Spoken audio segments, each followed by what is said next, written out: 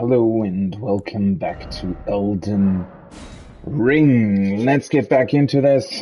I'm sorry that it's going to be, well, probably a bit of a shorter stream today. I think I said yesterday that we were probably not going to have a stream today at all. So, there's still a bunch of stuff that I need to figure out IRL and a lot to do.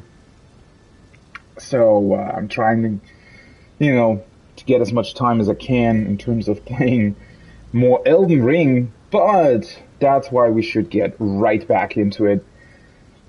And, well, yesterday we managed to do, well, overall quite a lot. And we're pretty much finished with the entirety of Limgrave and the Weeping Peninsula, meaning that we now can finally go back to Stormvale and to take not only revenge on Godric, who hopefully is now a much easier opponent, but also on a matter of different things that gave us trouble. I mean, there's still the Great Worm thing down in the well, whatever that area is. The castle's underground catacombs. Well, not really catacombs, but more of a what's it called? Well, where all the sort of trash is thrown, right? And I think we had like another area as well where I wanted to go back to. I know there is that lion thing in the entrance area that we also didn't defeat last time, so that might be a thing to check out. But with that, it's really only a question of, well, does he drop something, or is it just, is it just a strong random enemy?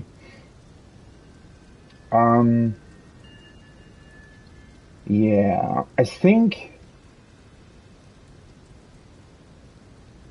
there might have been another elevator or something that we hadn't unlocked yet, right? Where I speculated that it might have something to do with that worm that we didn't defeat. Either way, I think we are going sort of full throttle and are fighting, I think we're fighting Godric right away. Let's see how this goes. I mean, technically it shouldn't be too difficult. It's still gonna be a bitch. He's still gonna be a bitch, I think, but I have a much stronger weapon. I have, spells that we can throw at him. I have, at least a bit more health than last time. Oh, I'm still holding a couple of runes, though. Probably want to get rid of those first, huh? Let's prepare the equipment anyways. So we have the crossbow. We don't need the arrows. We have bolts. We have the black key bolts. I still don't really want to use them. You know what? Since I do have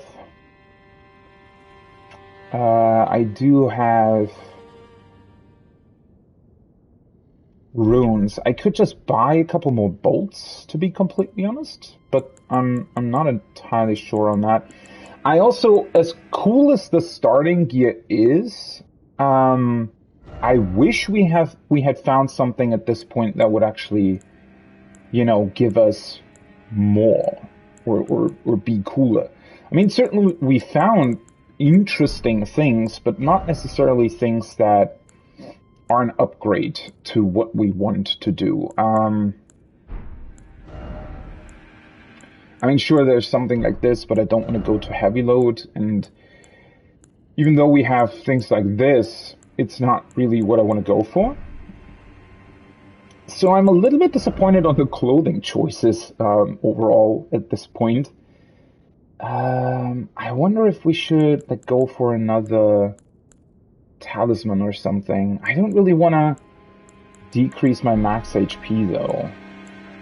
So I'm definitely gonna keep the Kukris equipped. That's always a good thing sort of for the end of the fight to potentially, deal additional damage. Obviously we want our our flasks here. I wonder, since last time, one of the best options, since I can't really, I can't summon these yet, because I don't have enough FP.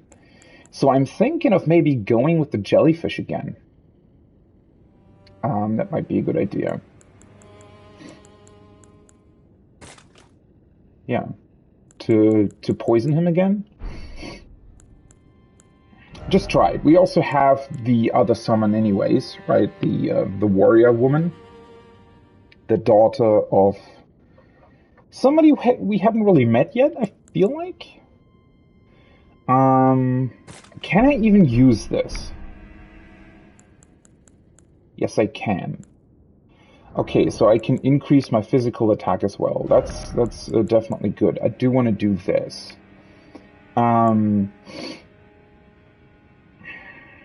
Temporarily boost immunity, robustness, focus. Might not be the worst thing, but I only have one of them. Maybe even want to try these. I mean, as much as I can, right? Just throw everything that I got at him.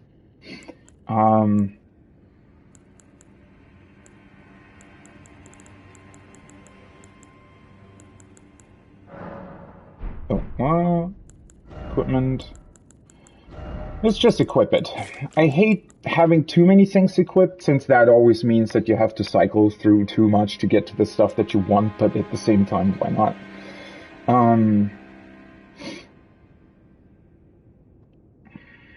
Okay. We still haven't gotten a great rune, but we have 3 of these, so okay. And then obviously we need to change up our spells, I guess. Although, do we?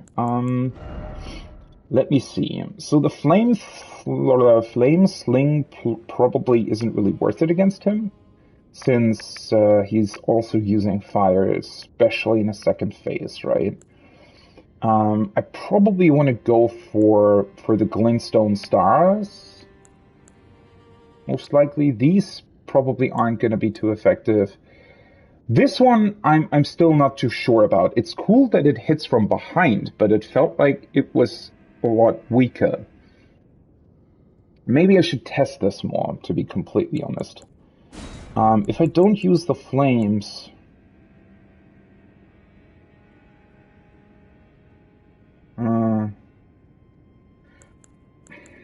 yeah, I don't know. This is probably not going to be better than these ones. And these aren't, like, homing in on the target. I could, however, exchange the fire for the black flame. Just, if I want to try that, I guess.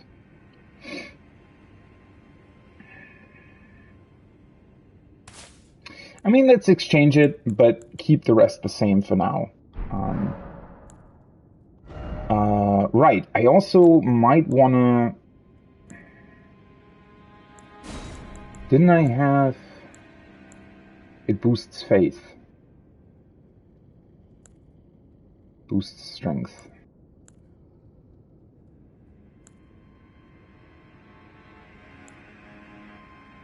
I wonder how long this restore HP effect lasts for. Because the shield lasts for a pretty significant amount of time.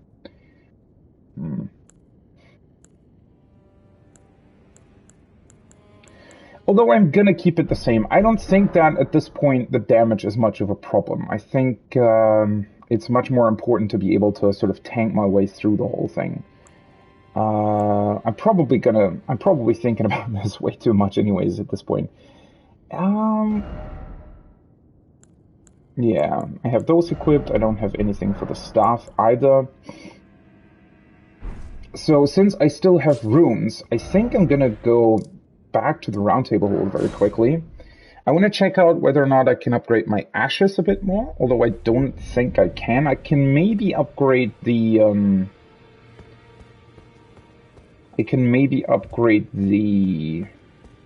legendary ones, but I still can't use them. I might want to upgrade the normal ones, but I don't think I actually have what I need for it. The Grave Glove Word 3, right. I don't have that yet. +3, +3. Oh, right. These are new, right? So can just upgrade them. Don't have enough for that. This is already +3. Let's upgrade him. So that got rid of a couple of runes, and then I need to... I think I still haven't gotten enough. Yeah, I only have one of these, which is really annoying. Well, I took you no matter it. Still wondering if there's going to be a way to...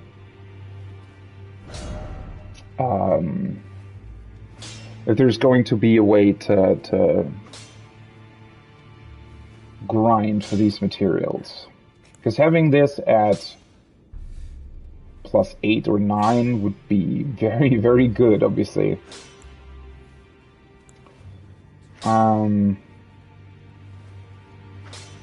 134, 137. Probably want to do that, right? Smithing stones, smithing stones, smithing stone 2. Ooh, yeah, those are nice upgrades. Now the staff is at +7 as well, which is 147 scaling instead of 137, but it scales B with intelligence now. It's still much less than I would like it to be. Once again, the numbers here are kind of weird. I mean, 137 compared to 147, you'd think that that's not much of a difference. I have a feeling it's fairly good, though. Right, so now I'm missing the runes. Still no idea why you would upgrade the shield. That is still kind of a mystery to me. Yeah, so this is plus... Wait, did I... No, it's +6, right? Yeah. That's a bit... Oh yeah, it says on the left. I was kind of wondering. Because on the right it says what you would upgrade it to, and on the left is what it's currently at. It's a bit of a weird UI, but... Okay.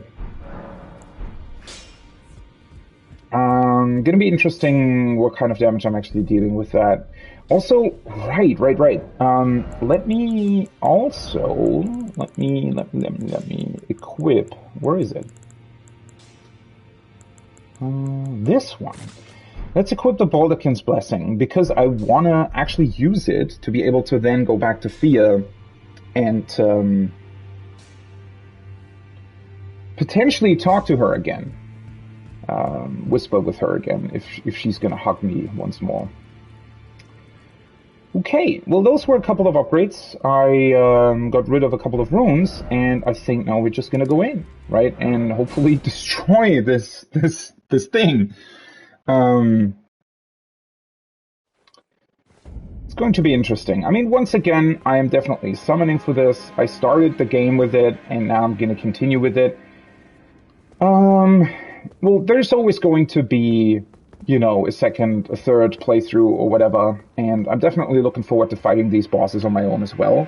But since I started it like this, I think I'm going to continue with it, because it's just, you know, I just want to keep this internal logic for me personally, right? These people say that they're helping us, right? It was Edgar and Castle Morn, it's the warrior lady here, it's Rogia or Rogia with Margit. So, and since we're also using the spirit summons anyway, the ashes, right? I feel like this is only this just makes sense in my sort of with my line of thinking, I guess. Okay, I think we're just going to go ham. Oh, right. Let me just quickly check another thing. So we can definitely craft more of these if we want. And we could go for other pots as well if we wanted to. Oh, right, the bolts. I can also go with poison bolts. I can go with blood bolts. I don't really... I mean, I could farm the blood roses, but I don't really want to. Do I just want to go for the normal ones? Yeah, let's just go for normal ones. I think that's a good idea. And, well, we can't use the grease currently because I only have like a holy weapon equipped. Still thinking about maybe using a dagger, right? Potentially for. Although I might also want to switch to the scythe later on. Still debating with myself on that. Since I upgraded the staff now, I wouldn't be able to quickly upgrade I wouldn't be able to quickly upgrade what's it called? A thing, though. Oh, right, we need to go with the jellyfish first, right? The glintstone stars, let's equip the staff right away. Go for the summoning. Yeah. What was I going on about?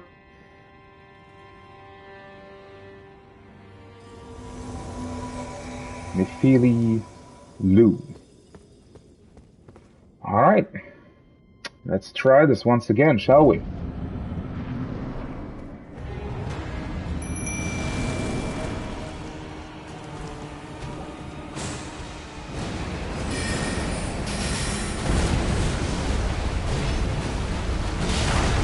He still has an insane HP pool.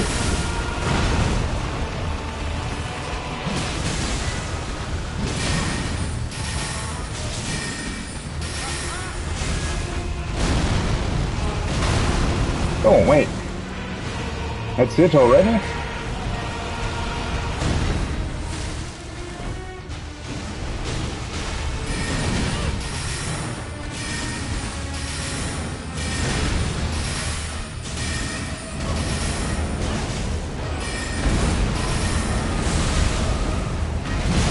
Ooh. Okay, he still hits for quite a lot. Quite more than I thought anyways.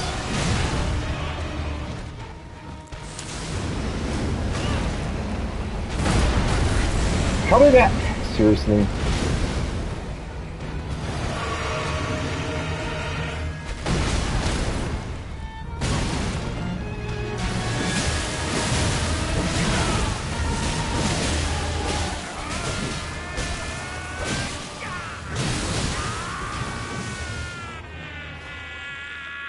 His HP is still, like, insane. I don't know what's going on there, to be honest.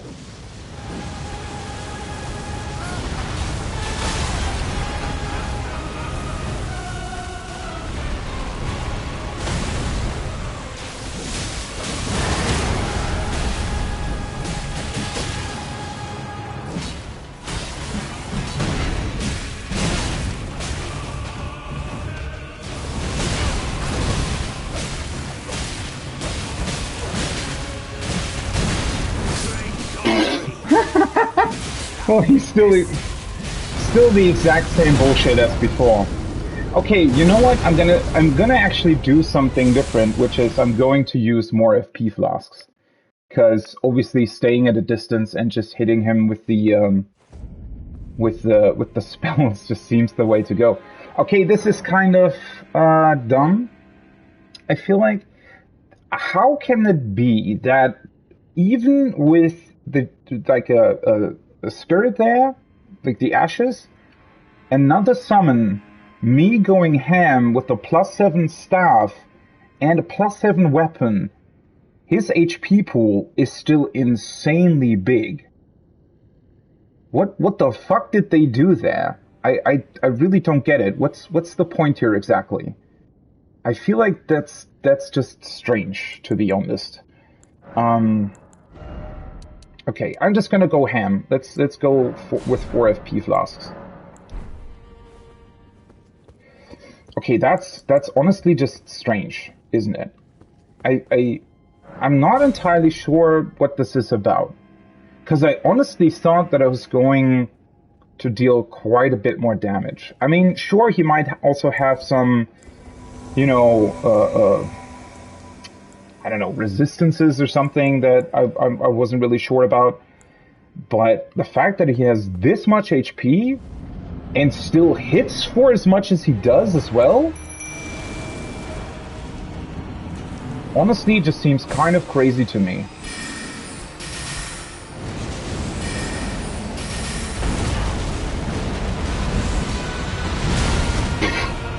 That's such bullshit.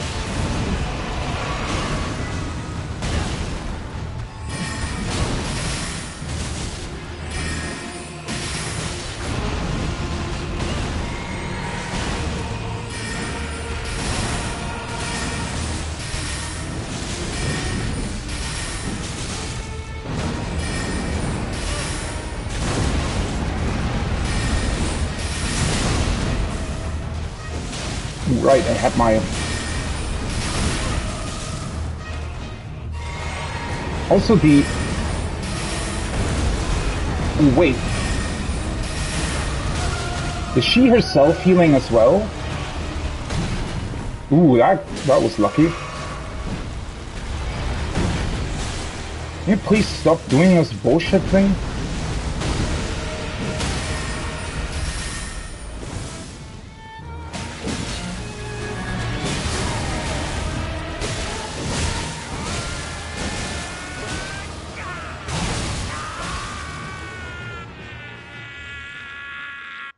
Yeah.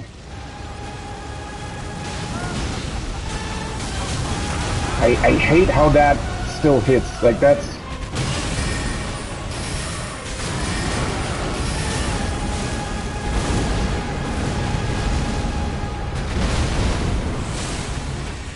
Oh, shit.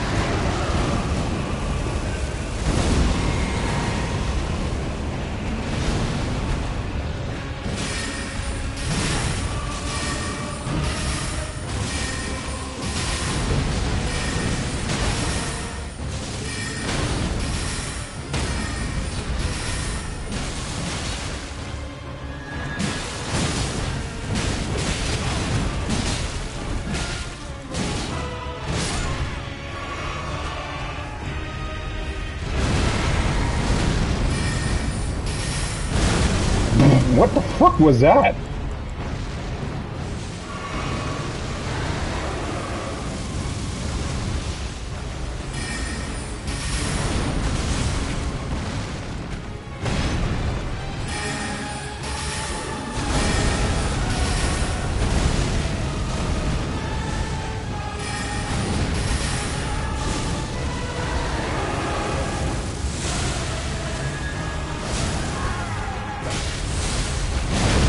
What the? Oh shit. Oh, are you serious? God, I hate his attacks. Oh, he does so much bullshit. Okay, maybe I should try and, I think, go for a little bit more of an offensive attack and then switch to the spells more in the later phases, I feel like. Yeah. Although I did still have a lot of them sort of left. It's just so that he doesn't always just attack the warrior lady. I feel like that's maybe not sort of the best thing. Also, I just hate his fucking...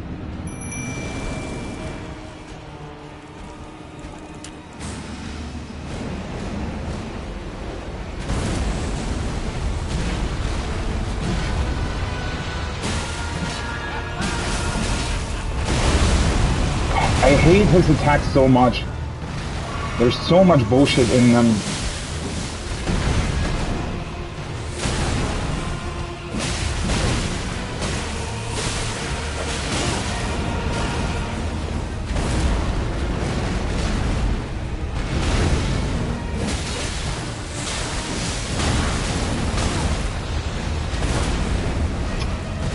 Oh, why are these stupid graves here? Seriously, how much bullshit can you make a boss arena? Fucking hell.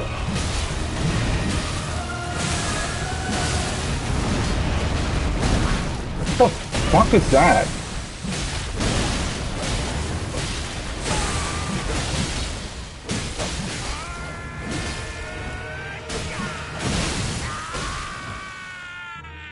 Yeah. Stop screaming, you stupid thing. Of course, I'm going to be held up by my jellyfish.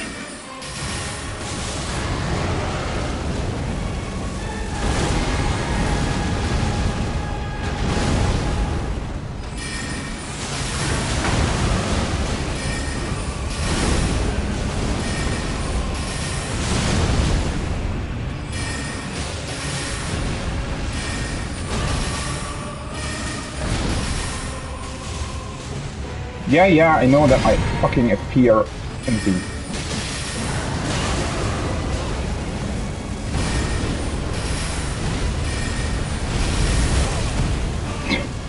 What kind of dumb attacks are those?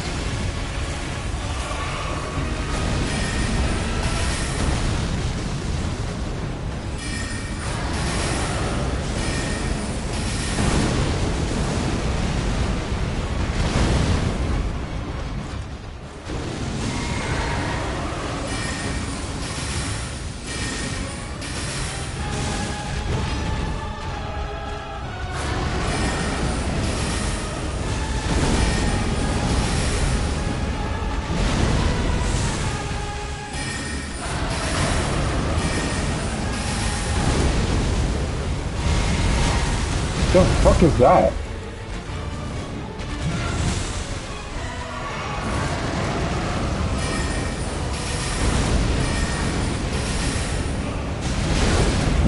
What the? He clearly went for the jellyfish. God, I swear, of course I...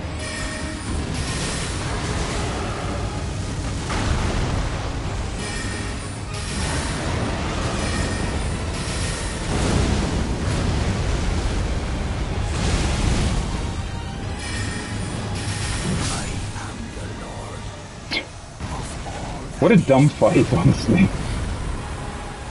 What a weird fight.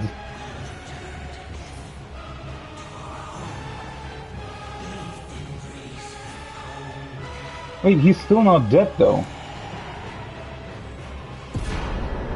Aha. Great runes. Godric's Great Rune and Remembrance of the Grafted is what I got. Okay, so he, weirdly enough, he seemed very inadequately built for ranged combat. So if you have enough FP to constantly just berate him with magic attacks, he doesn't do that much against that. Obviously, for me personally, it was pretty good that the jellyfish and the nomadic warrior sort of tanked him for most of the fight. But he doesn't have that many ranged attacks. He has a couple of bullshit ones here and there. Especially, I felt like, yeah, that one hit that I got where he clearly went for the jellyfish. Like, he started to jump, and I was, like, far away, right? That was at least, like, 20, 25 meters between me and the jellyfish. He started to jump towards the jellyfish, even started attacking the jellyfish, sort of. And then, mid-air, spun around and made a huge leap for where I was standing. What a weird thing.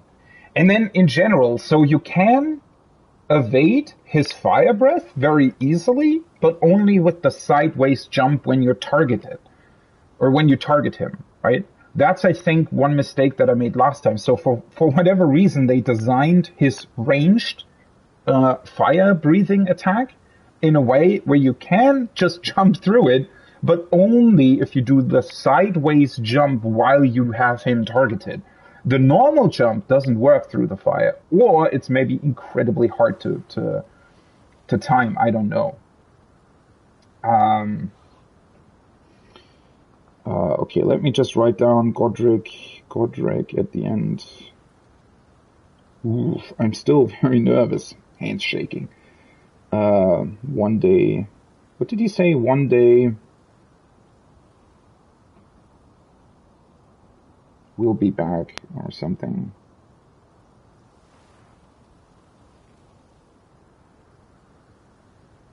In the golden days.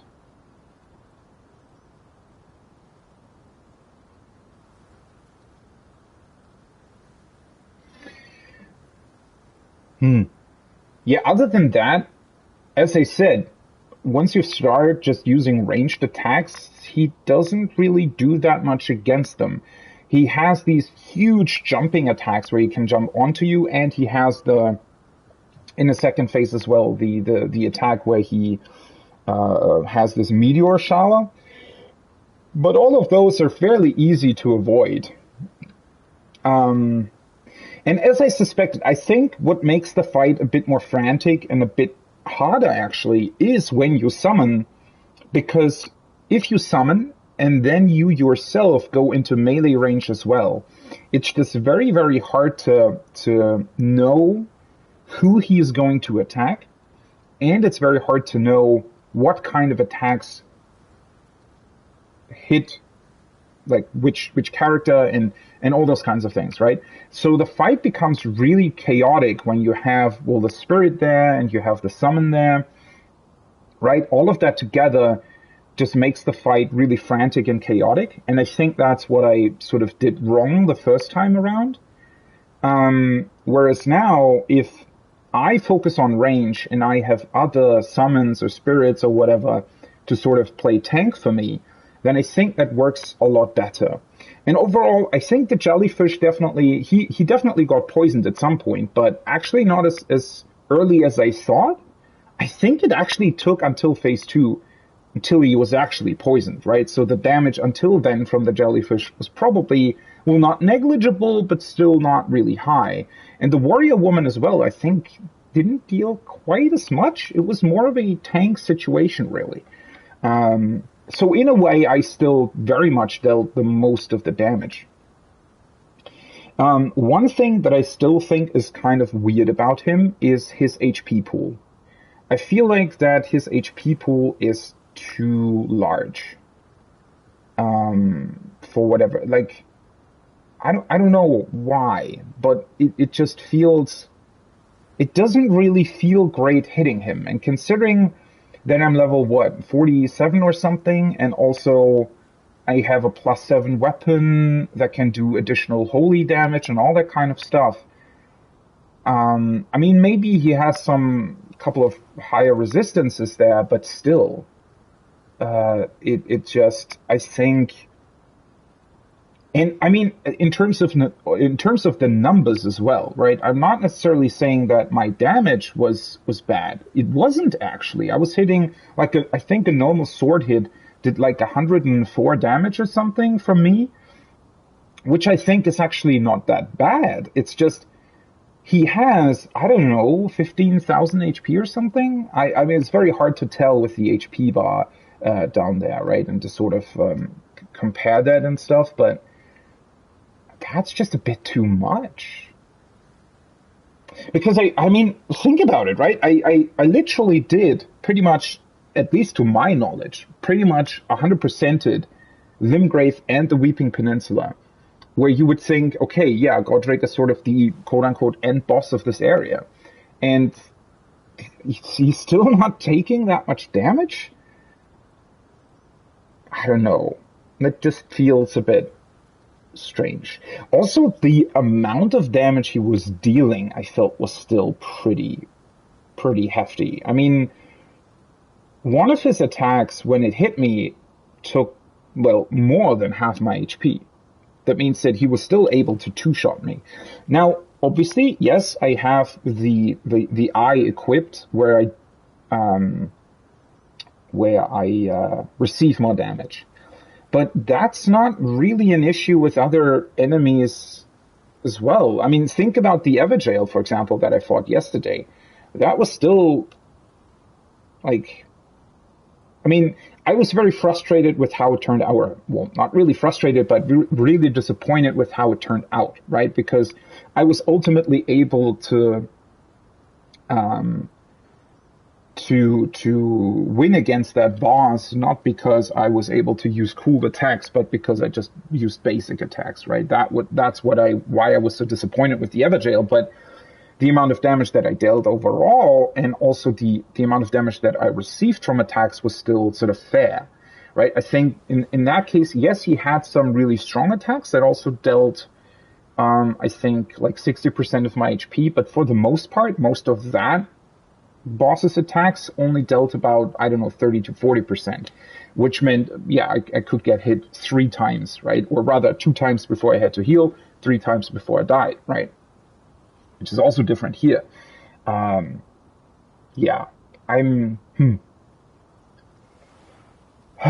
I would like to sort of go back to the Margit fight now and test how well I would do against that sort of on my own, right? Obviously, that's sadly not really possible with how the game is designed to sort of just decide, oh, hey, I want to try that fight again.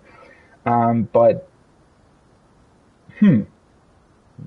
It's just very interesting to me how this sort of works out. Well, let's see. What's a Great Rune? Okay, the Great Runes you receive by defeating Shard Bearers have lost their beneficial power. However, their power can be restored at divine towers throughout the lands between. Aha! So that's what they're for.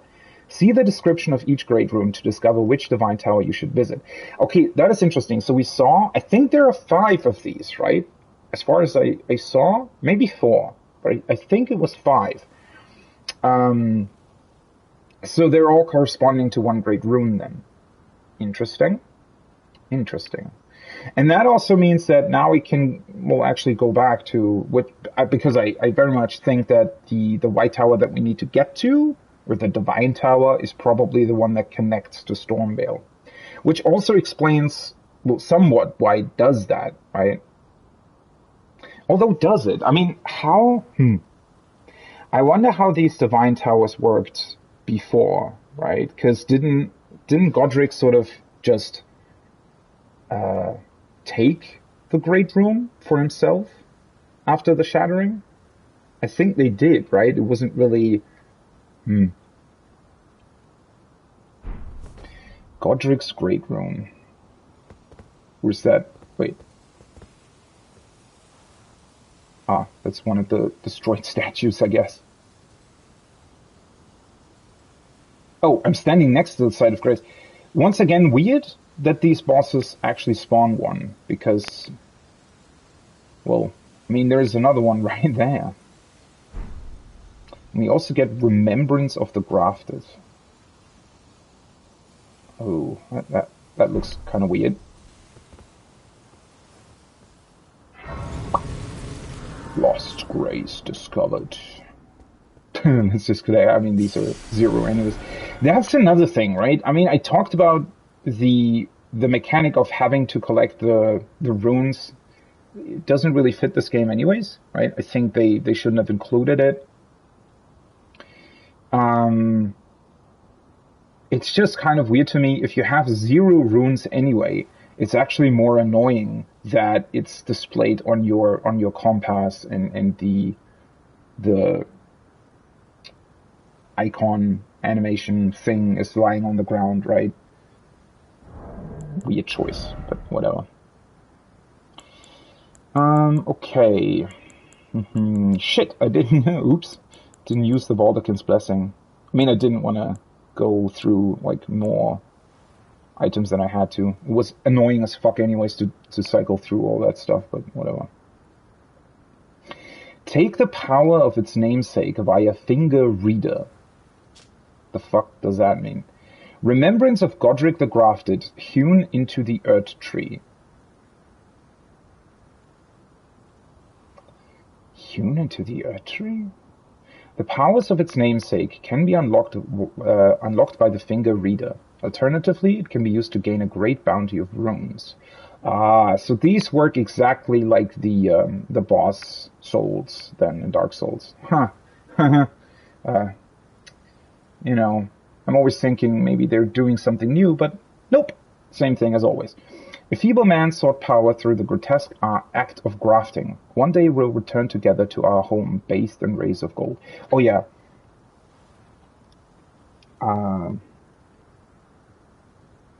Let me just write that down correctly. One day we'll return together.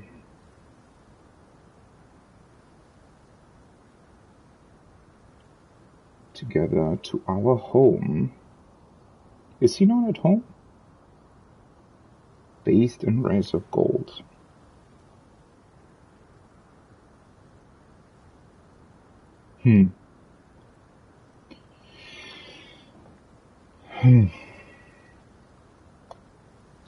Very weird. So, I mean, there's a bunch of weird things about this. But the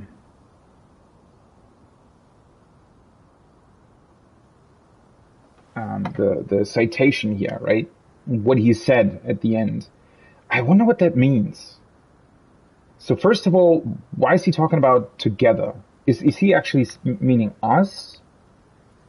I think he was talking about somebody else potentially. Maybe the dragon? I mean, what's up with the dragon anyways?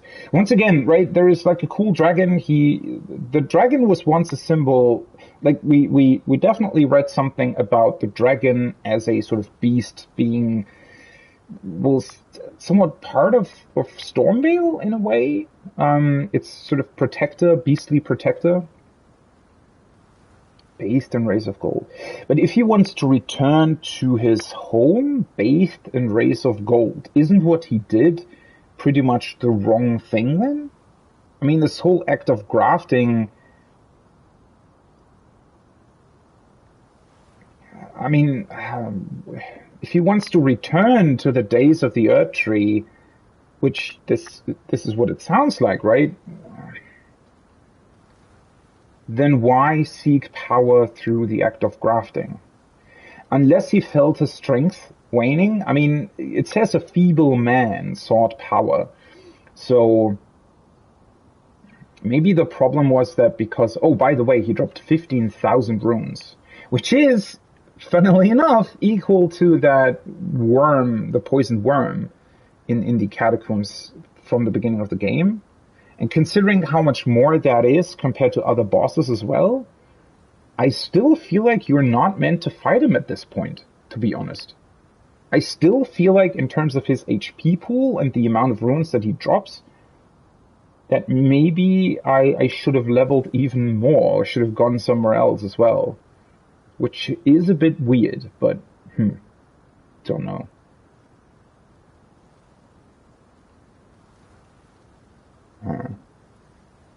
But yeah, I maybe it was just that, well, because of everything that happened, even though we don't really know what happened, other than the Shattering, which was a great war, apparently, maybe he just became this feeble man, right? He recognized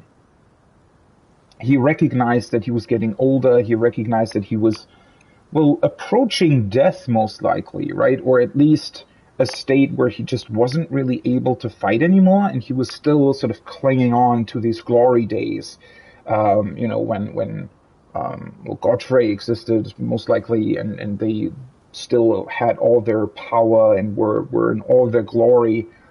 And he wanted to have that back, and so he decided to use this grafting in order to make himself stronger. It's a very sort of stark choice, right? Or very I mean, I don't know. How do you come to that? Like, why decide that at all? And then also, it's just weird. Also, what I find really interesting here is that this is supposed to be his quote-unquote runes, right? Sort of his ambitions, his memories, essentially his soul, I guess, right? Very, very much like in Dark Souls. I find it interesting that it says, so his remembrance hewn into the Earth Tree. So with the ashes that we can summon, right, the sort of idea behind them is that they're spirits who weren't capable of fully returning to the Earth Tree. So their lingering essence sort of stayed behind, and we are able to use that, right? We're able to summon it.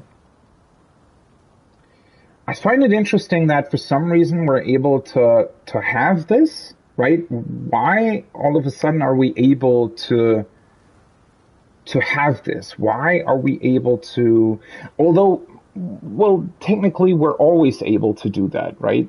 Yeah, I forgot about that. So every time we defeat somebody, part of their being, right, their ambitions, their ideas, their soul, whatever, in form of these runes gets transferred to us, right? That's why defeating enemies gives us runes.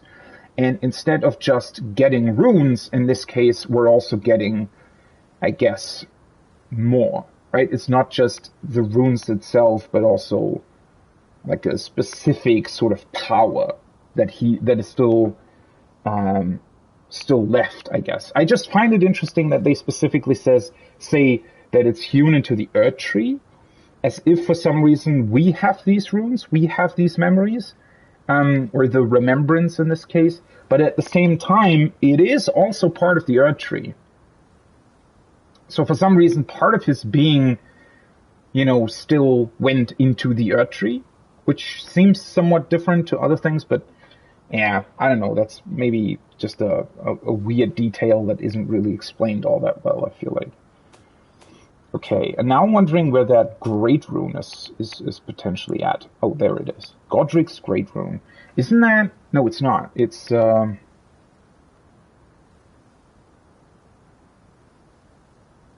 Is it supposed to be... So, technically, these are, they were shard bearers, right? So they are...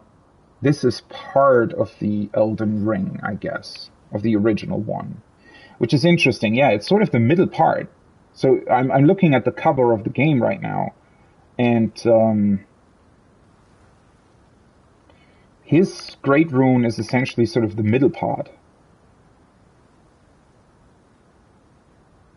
So I expect that the other Great Runes that we'll find will probably sort of be overlaid, right? They will complete sort of these outer circles where we can only see sort of... So his Elden Rune is the inner circle, and then there are like 3 more circles, one at the top, one on the bottom right, one on the bottom left that we can see here as well, right? But only partly. And then there's also like 2 more sort of arcs, and then 1 big arc at the top. So yeah, most likely these other runes will then be the other pieces. The Great Rune of the Shardbearer Godric, devoid of any benediction. Seek the Divine Tower of Limgrave, which stands beyond the Great Bridge from Stormwell Castle. Alright, so I can go back there. That's interesting. I actually didn't expect to be able to go back there quite as fast. I thought that we'd probably have to... Oh, there is a floating stone. We'd probably have to do something else before being able to go back there, but... Okay, I wanted to get mine to 20 first, right? So let's actually do that.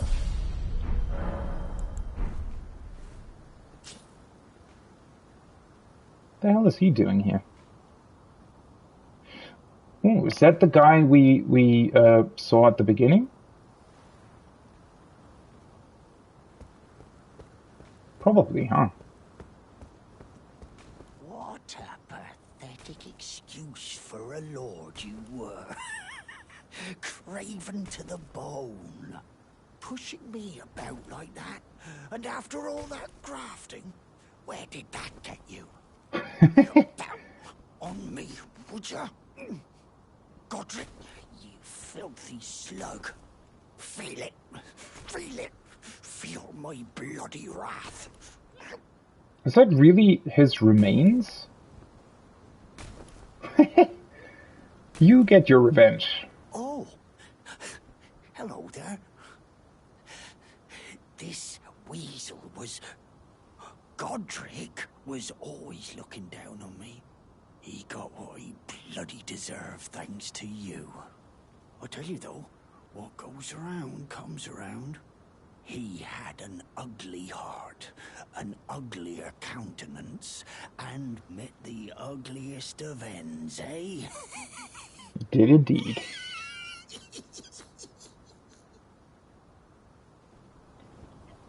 Now, I suppose I'm free.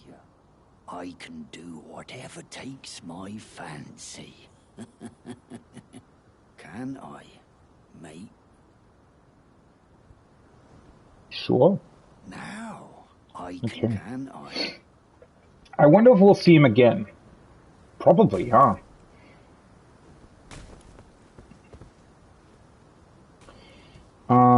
I find it interesting how big this boss room actually is.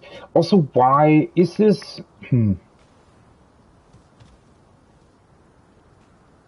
we'll take a look at that in a minute, by the way. But I find it interesting because I thought that this was... Isn't this sort of the throne chamber, I guess? Where he would have usually sat in his throne? Why are there gravestones in front of it? I mean, well, maybe that's how they do it here. Also, did this ground sort of just break away? I don't necessarily think this is what it always looked like, right? I mean, clearly there's a lot that got destroyed here. I wonder actually now, I wonder if that was the dragon. Maybe Godric, you know, he probably sort of came up with the idea of, hey, I'm going to use the dragon to get even stronger, right? Graft the dragon. It's also interesting, all of these golden flowers. I guess the golden flowers might also be somewhat of a representation of the, you know, the runes of all these dead people here. But yeah, I very much think that he probably somehow lured the dragon here and fought it and ultimately beat it. And I think that's where the destruction might have come from, right? Because you really fucked up this castle. Yeah, that might honestly be... I mean, that would have at least an explanation as to why these... also, that's a pretty bad texture for some reason. I wonder... Or that would be an explanation as to why these destroyed parts look so, like, dark and almost burnt... not almost burnt, but... melted even, right? As if something really, really hot hit the stones that melted them. So that was probably the dragon's breath. And I think that Godric, for some reason or somehow, was able to convince this dragon... Is it even a dragon, really? It looks almost more like a giant eagle. Ew. Now it's missing its head.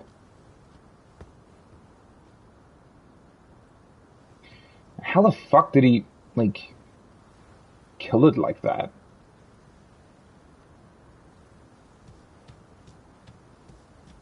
Huh.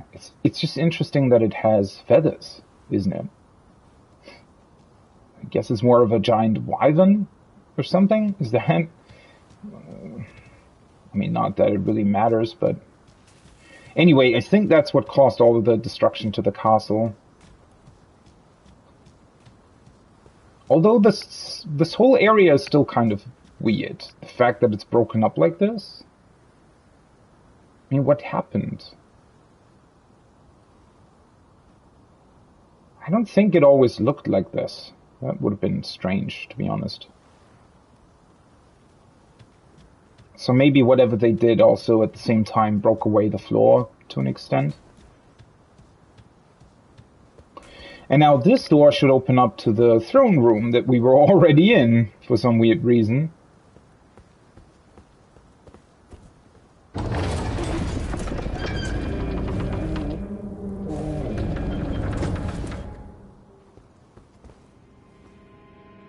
And that, for some other weird reason, has the symbol of the round table hold.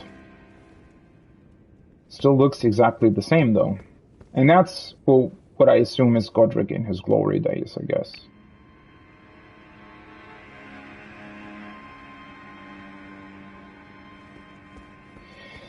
Kind of a shame that he turned out to be a maniac, huh? That's... I don't know. I know that this is sort of FromSoft's thing, right? But sometimes I wish that they would build up these places like how they originally looked, right? Rather than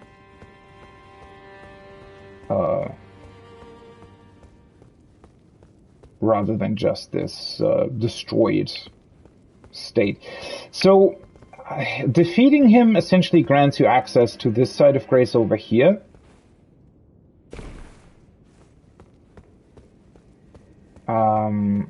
Which I was already at. Okay, he doesn't have anything different to say. Well, that's... Why do they display the symbol of the round table here in his throne room? If nobody's there, I mean, maybe at some point somebody will come here. It's sort of the only explanation that I would have for that. Maybe at some point there's going to be somebody here.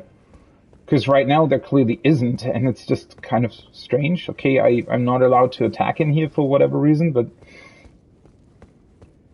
sure, I guess. There really is nothing here. What a weird thing. Oh. I mean, that's Godric, I suppose. Can we talk to our maiden then? No. For some reason we can't. What? Do I have to activate the Elden Rune first, or how does that work?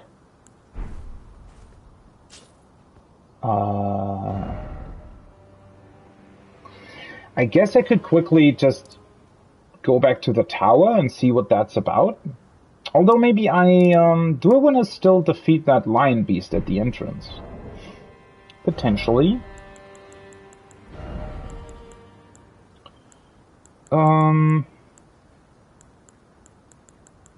Guess let's switch back to these guys.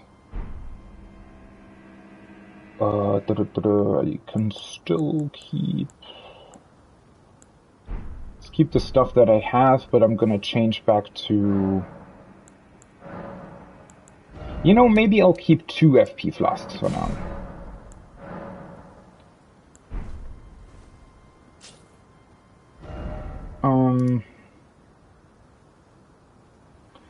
And I need to go back, I think, here, right? That's the entrance. Because I need to take out the ballistas first.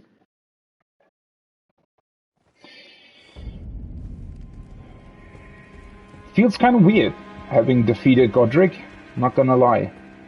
Because he was sort of on the, you know, horizon for a very long time.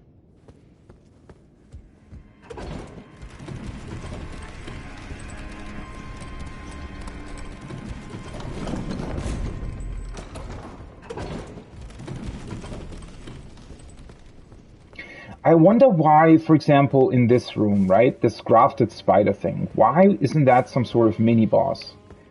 I feel like that would have worked much better than making it just a normal thing. And I'm still missing that item, by the way. There's definitely still stuff that I need to figure out in here.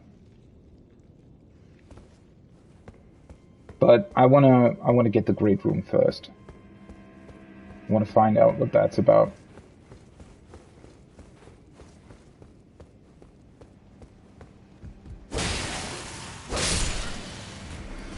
It's not dead.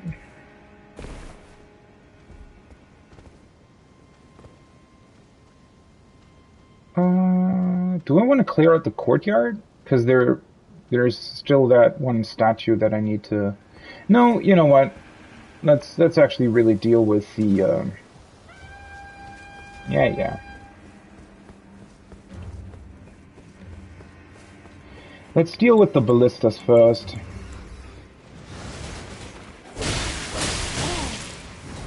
Why? They're still dealing way more damage to me than I thought they would.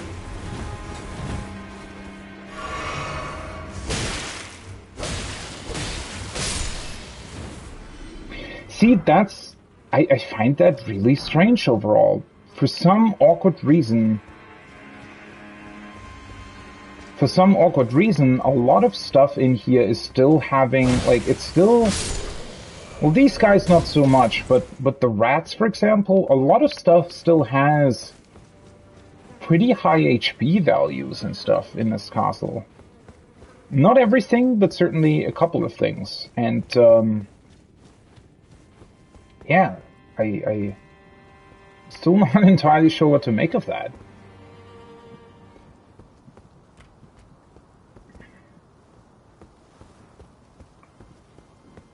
I'm just kind of confused by this whole castle thing.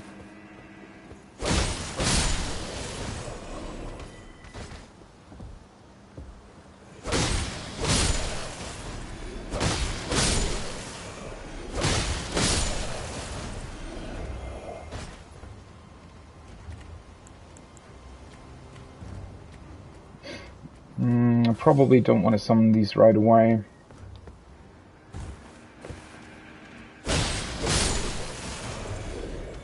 I still wish you could actually use the ballistas.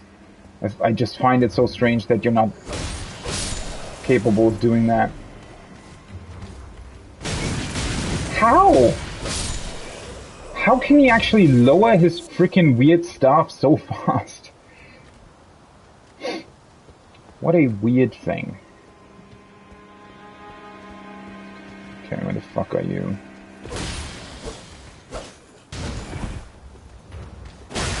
Aww.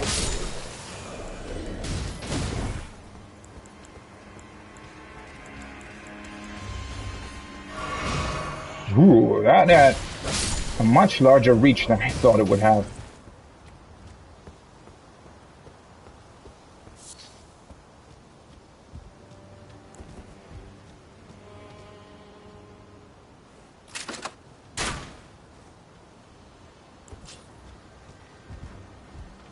Ooh, right, that's a big dude.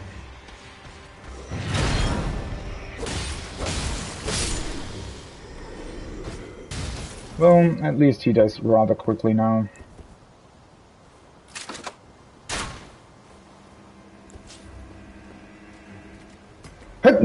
Oh, sorry. Oh, I hate. Why do you always have to sneeze multiple times? Oh, for real. God, I hate these things. Please, just come closer.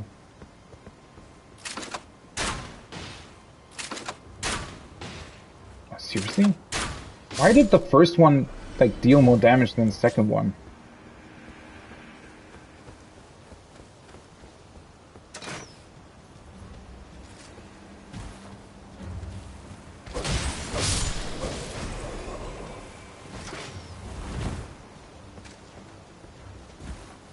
Wait, there's another one.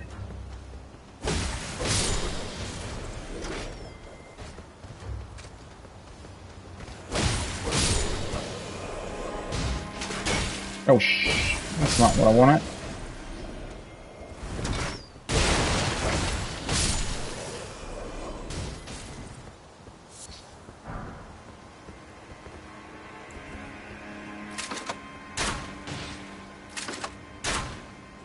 Seriously? Oops! I almost hit the other dude. Oh, come here, you big doofus. Of course he fucking hits with an attack that I can't counter. Ah, well, whatever. Why are you making it so complicated? Just fucking attack me. Whatever. That stance that he's doing is also kind of weird, isn't it? Seriously. Bye.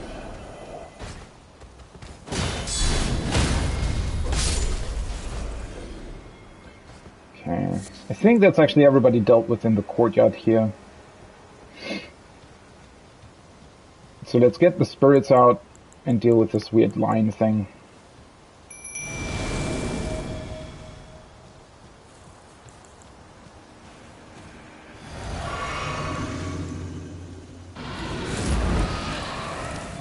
Can you? Oh, for fuck's sake.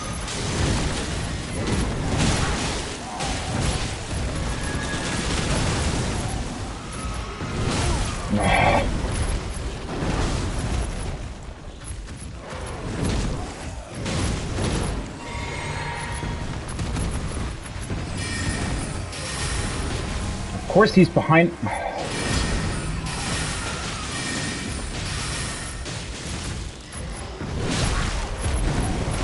Seriously? Oh, God, I hate these guys.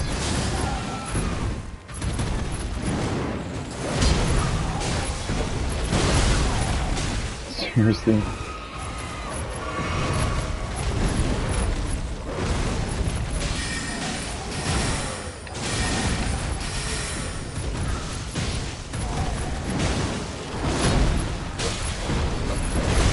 What the fuck? How did that not hit him?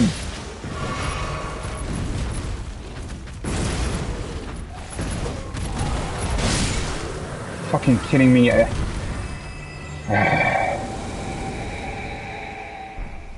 East Blood, okay. Old Fang. Wait, isn't the Old Fang something...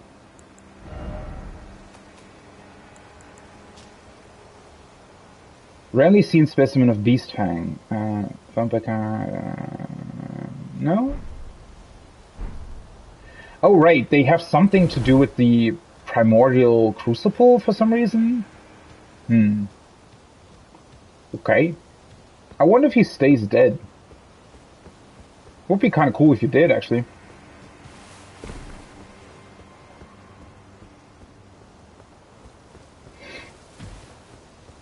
Still a rather annoying opponent, I feel like. And I still, I don't know. Well, I mean, if the castle would be completely empty now, that would be kind of boring as well. But, I honestly wish that defeating Godric would do something, right? Maybe bring down the morale of the troops or something like that.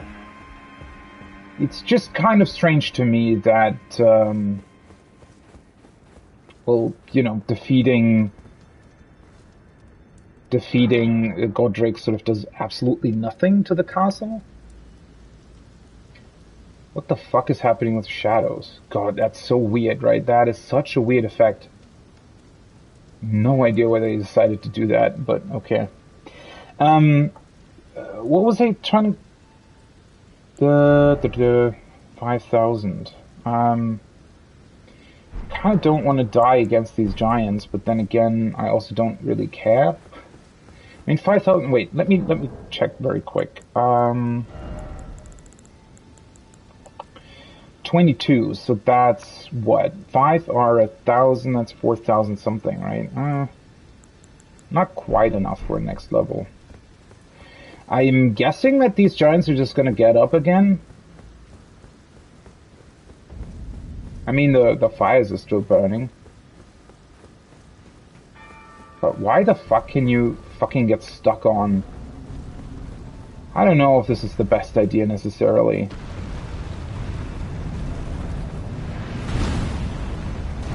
Oh, for fuck. See? He even kicks me in the wrong fucking direction.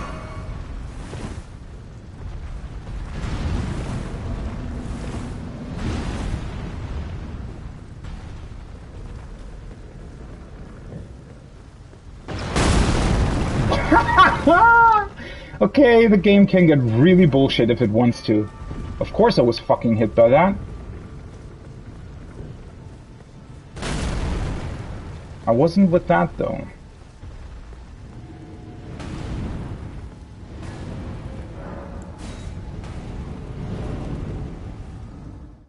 Okay. I was halfway expecting you wouldn't be able to use the teleporter while the giants are still active, but you can just run by them. And now they're just, like... I guess they despawned or something? Well, let's see what's in here. I hope there isn't, like, a boss in here, because that would be really annoying. I don't think there is. Divine Tower of Limgrave. Now we can open it.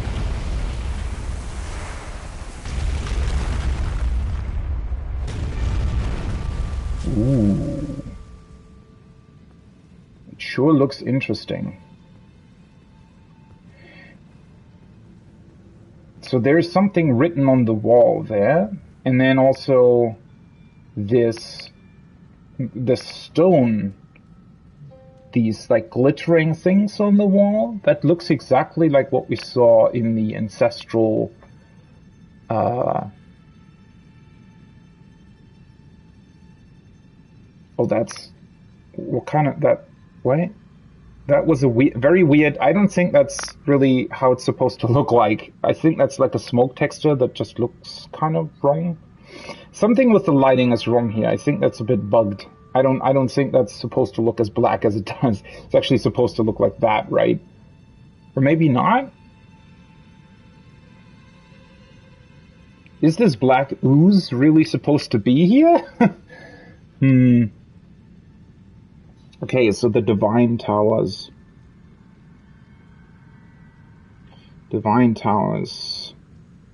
They activate. Activate or reactivate. Great runes. Inside,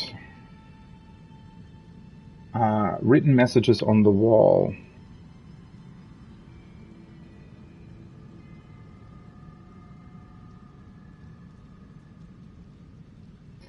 And then wall is glittering. It's glittering like the ancestral river.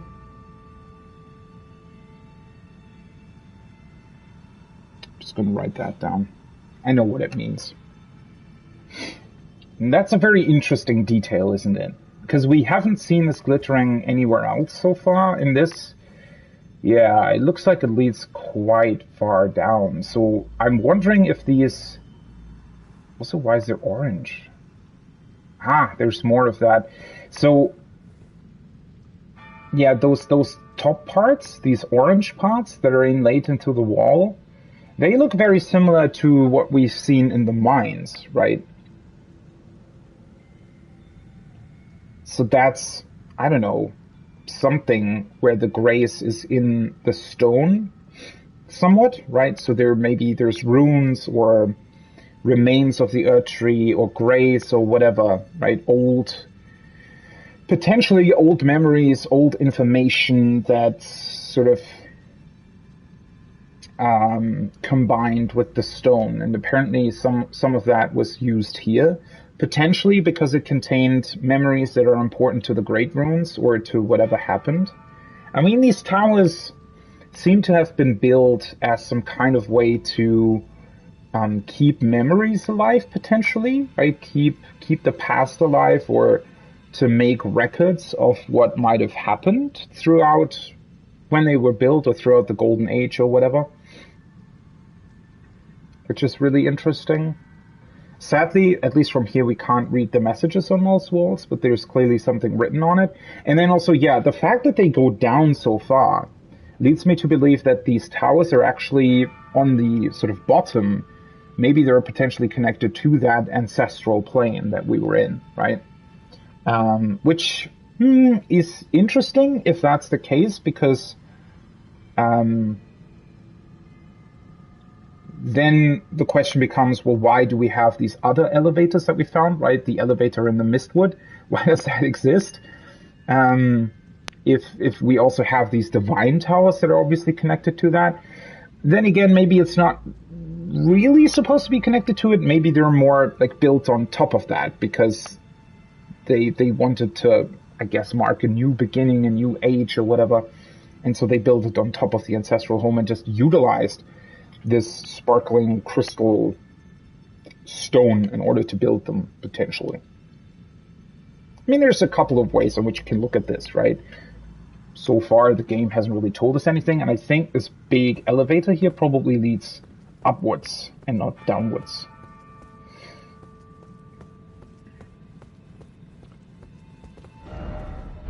Offer done. Okay. Sure. But yeah, it goes quite far down to the point where you'd think that,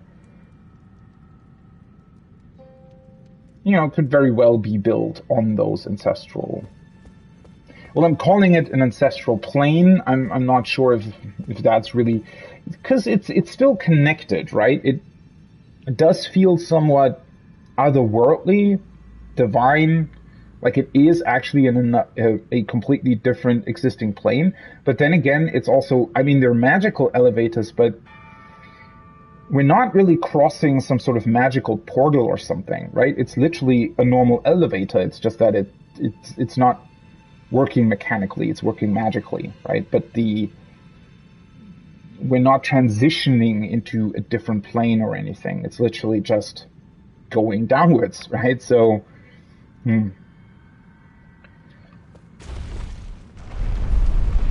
This is clearly going upwards. Still not sure why there's this. I feel like that black mist is still something that's a bit buggy and not supposed to look like that. What is interesting, however, is that this Well, the way this works, right, and the way that it pushes us upward is somewhat reminiscent of the turned upside-down towers that we've seen in the Ancestral River, right? That is certainly something that's interesting, I feel like. So maybe they modeled these divine towers after the upside-down ancestral ones. Although then again, we don't even really know who built the upside-down ones, right?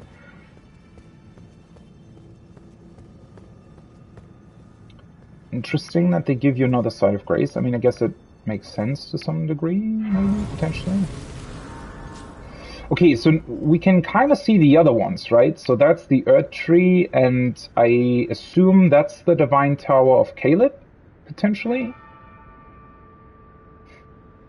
And that one is just sort of completely by itself, so no idea how we access that. And I think... Oh, fuck. I thought there was something behind me for a second. That was just this very... And then I think there's two other ones. One of them was somewhat there, and one was there somewhere. Not entirely sure on that, though.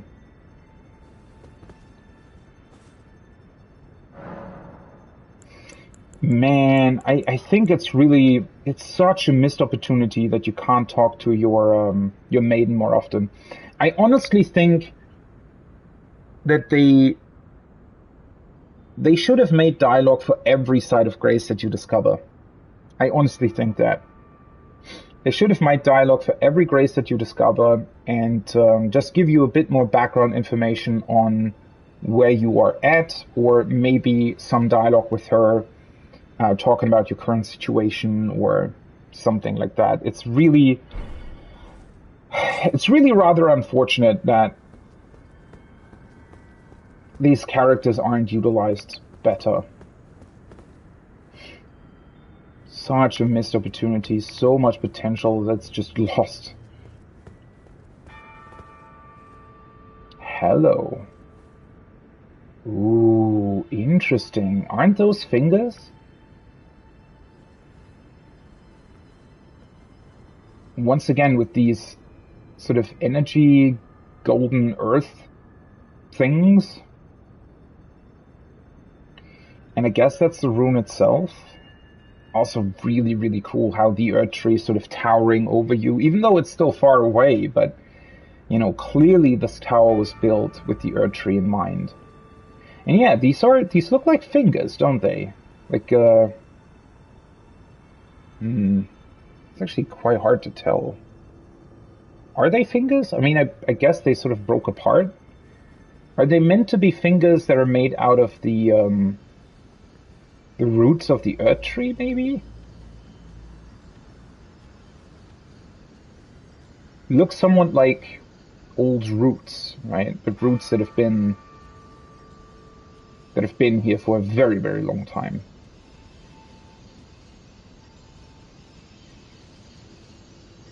Restore the power of the Great Rune. Please give us a cutscene.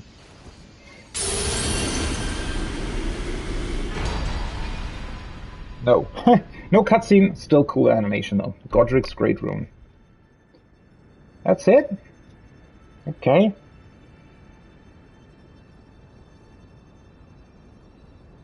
I mean, this area is pretty awesome. Not gonna lie. I wonder what the significance of the birds is. Are they just sitting here because nobody's disturbing them? Or are they playing some sort of role?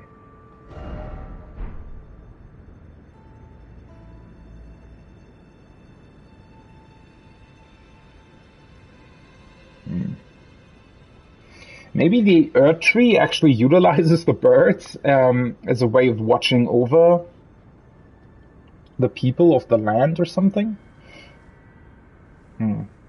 So what's the actual significance then in terms of this place? Do you have to restore the power after you used it once? Or how does that work exactly? Because I can equip it now, right? I think? Wait, where is it? Oh, there it is. Raises all attributes? A great rune of the Shardbearer Godric. Its blessing raises all attributes. This great rune is known as the Anchor Ring, found in the center of the Elden Ring. Aha! That's why it's in the center. Well, that makes sense. So, Godric's. I wonder why that is. Does it have some significance that Godric was the one who had it? Or was that just sort of random? Did they just split up the Elden Ring and ultimately, you know, everybody just, grabbed the piece or grabbed one piece as quickly as possible without really caring about what the others did? Godric's Great Rune. The Anchor Ring, Middle Rune.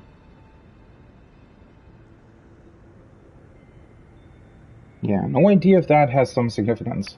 The first demigods were the Elden Lord Godfrey and his offspring, the Golden Lineage.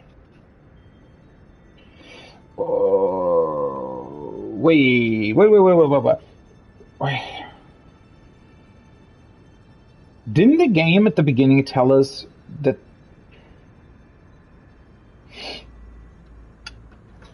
Or is that something... Wait.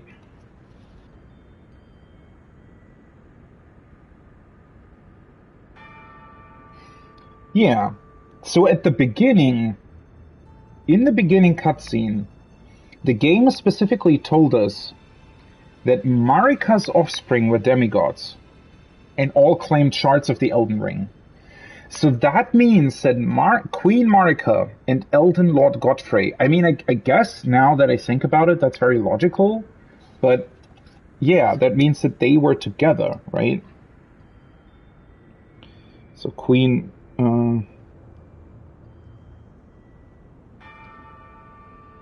Marika plus Elden Lord.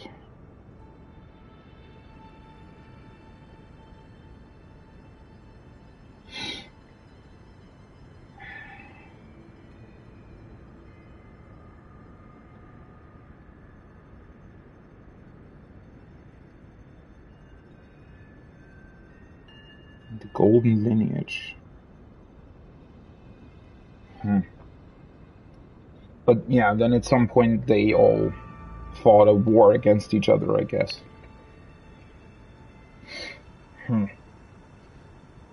It's just kind of sad that we still know next to nothing about that, right? We don't really know anything about Marika, at least not really that much. We don't really know anything about Godfrey either. And about their offspring, well, we know that they're the bosses that we need to defeat, but other than that, it's... And so can I, I guess I have to rest at the site of grace to equip it, potentially?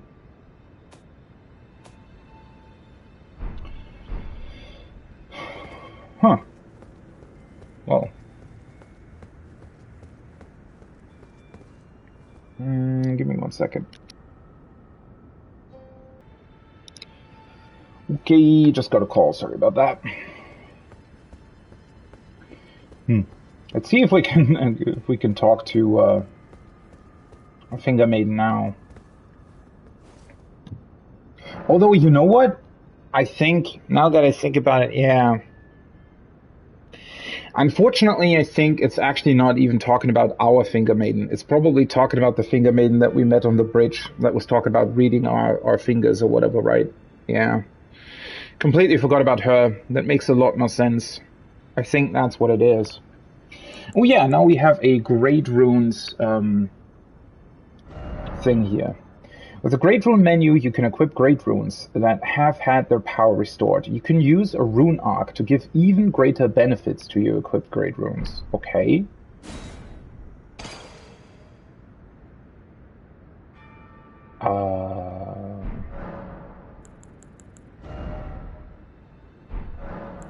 Wait, so I have, what, 15, 19, 23, 20?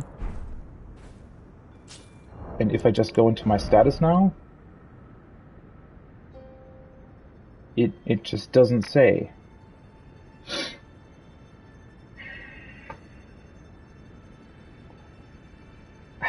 So how exactly do I use it?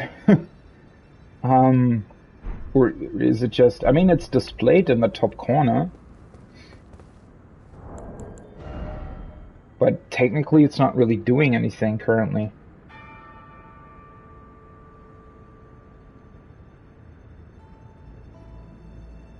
How weird. Wait, it just straight up tells you it raises all attributes, but then doesn't actually do that? Or do I have to use a rune arc in order to activate it once? Well, that would be even stranger, wouldn't it? Let me see here. Raises all attributes. Its blessing raises all attributes.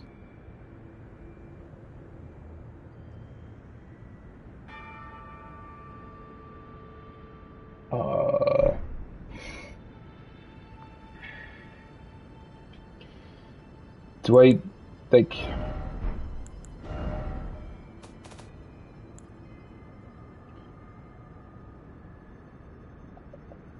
A shard of the Shattered Elden Ring grants the blessing of an equipped Great Rune upon use. Looking at this description, I have to use the arc in order to actually get the effect. Also raises a maximum HP. Is that something that is permanent?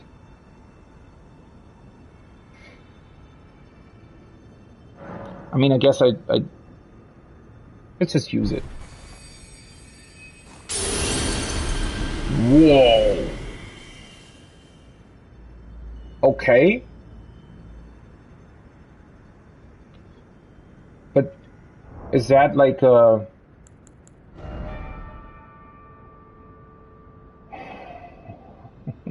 What the fuck?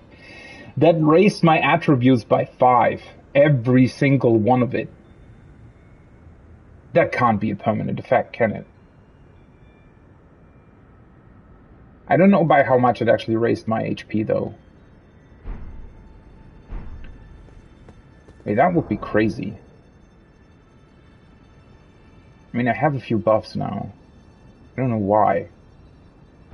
Wait, is that something that goes away when you die, or what?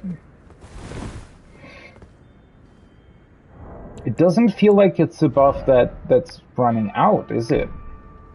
I mean, I can just teleport, I guess.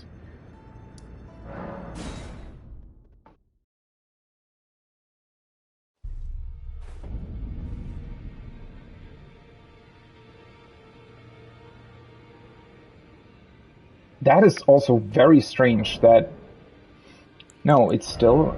At least as of now, it's still active. I wonder if that can be deactivated via dying or something. If that is a permanent effect, that is fucking crazy. Raising all of your attributes by 5? I mean, that's what? How many do I have? 8, right? Yeah. 5, 8, that's 40 levels all at once. That basically means that I'm now level 89. Even higher technically, since I also have the eye equipped. What kind of... what?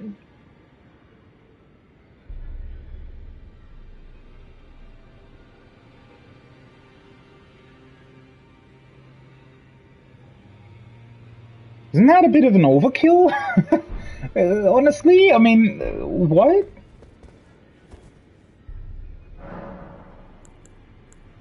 So I can now, like, well, I'm still missing something for these, but I could go for this, for example, now. Yeah. Let's actually go with the fireball, and let's go with this dragon thing.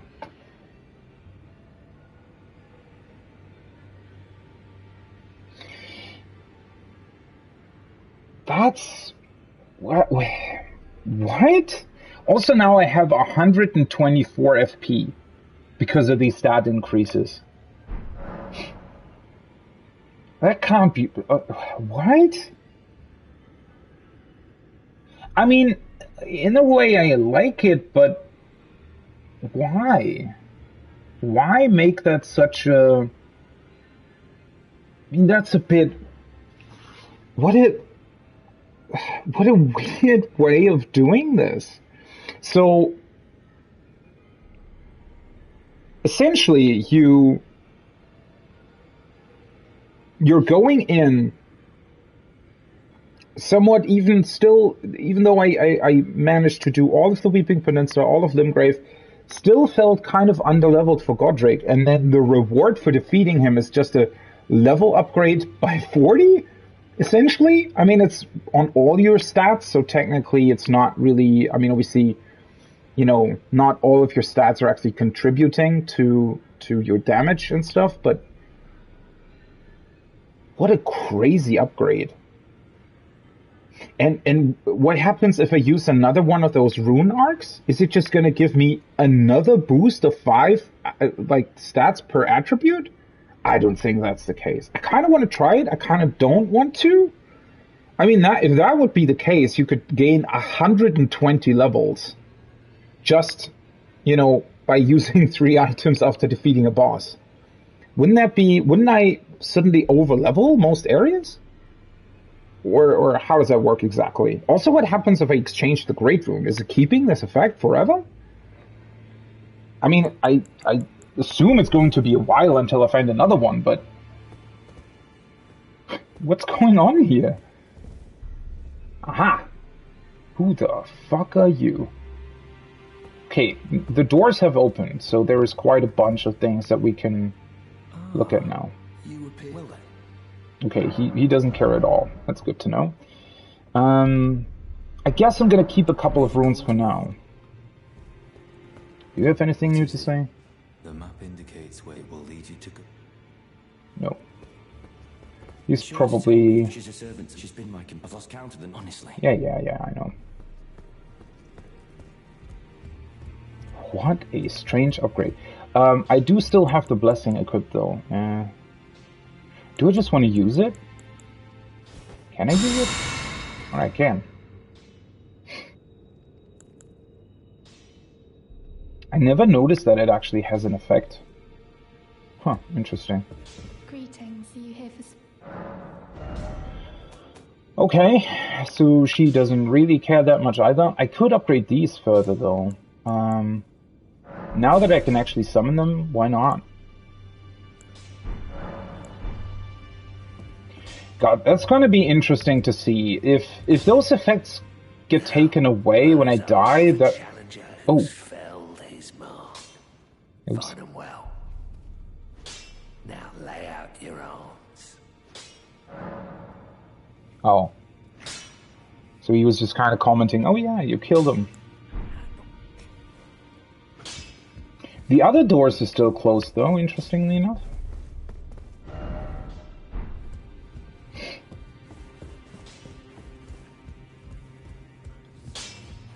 I don't think there's anything more down here, is there? Oh, this is still closed as well.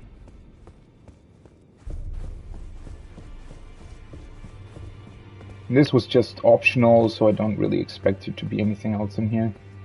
That's still... I don't know. These stones are keys. Really not the biggest fan of them. I wish they would have instead included, like, actual puzzles instead of making these. I mean, that's... I don't want to say the word Ubisoft, but yeah, I wish they would have done something different there. I am pleased to see you again. Would you like me to hold you once more? Now, come closer.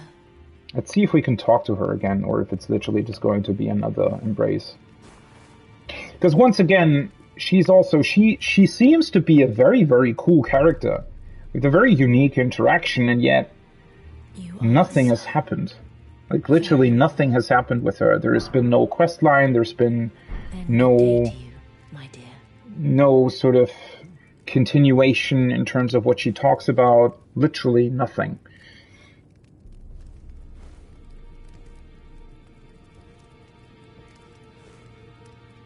We've also heard nothing else about her, right? We've heard nothing about whether or not... I mean, it could have been that, you know, at some point during the game we would have found, I don't know, somebody else commenting on Fia or looking for Fia, or, you know, something that would indicate, oh, hey, there's something going on with her. Ah, but she's now here. That's interesting. And this door is closed for whatever reason. She still doesn't care? Why? You helped me. You again. I thought you'd receive a summons to the Round Table. Nefeli, we met at Stormvale. I'm glad to see you here. I have something for you. I found it in Godric's grafting grounds. You defeated him. You should have it.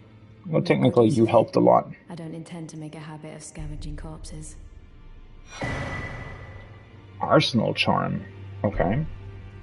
Ah, yes. I wonder if you've met my foster father. He's in his study.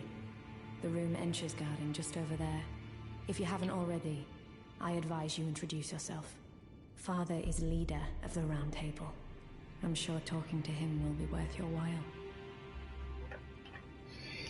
Interesting, that's her father.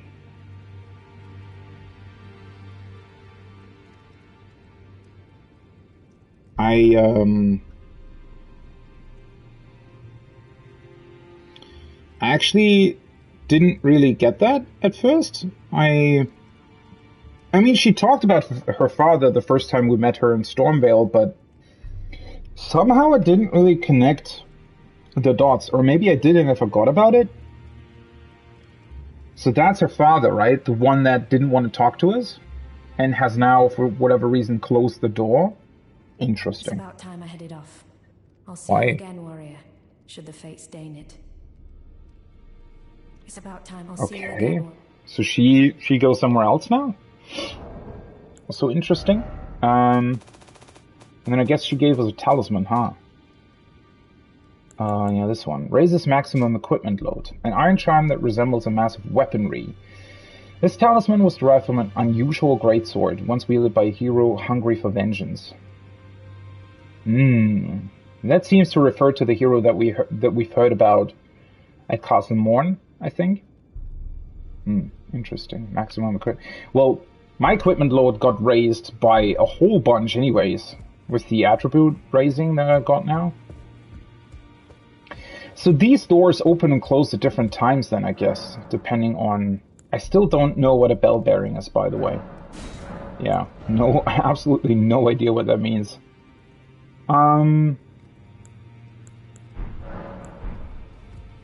Okay. Well, I mean, I introduced myself to her father. It's just, at least as of now, he doesn't really want to talk to us anymore, I guess.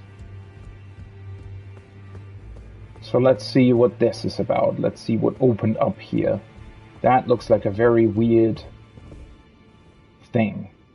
That actually looks like what we found on top of the Divine Tower, doesn't it? The fuck is this?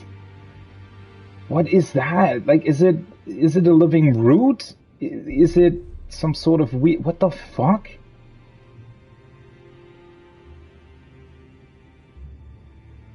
Why do they always close the windows? Does it have to be this dark?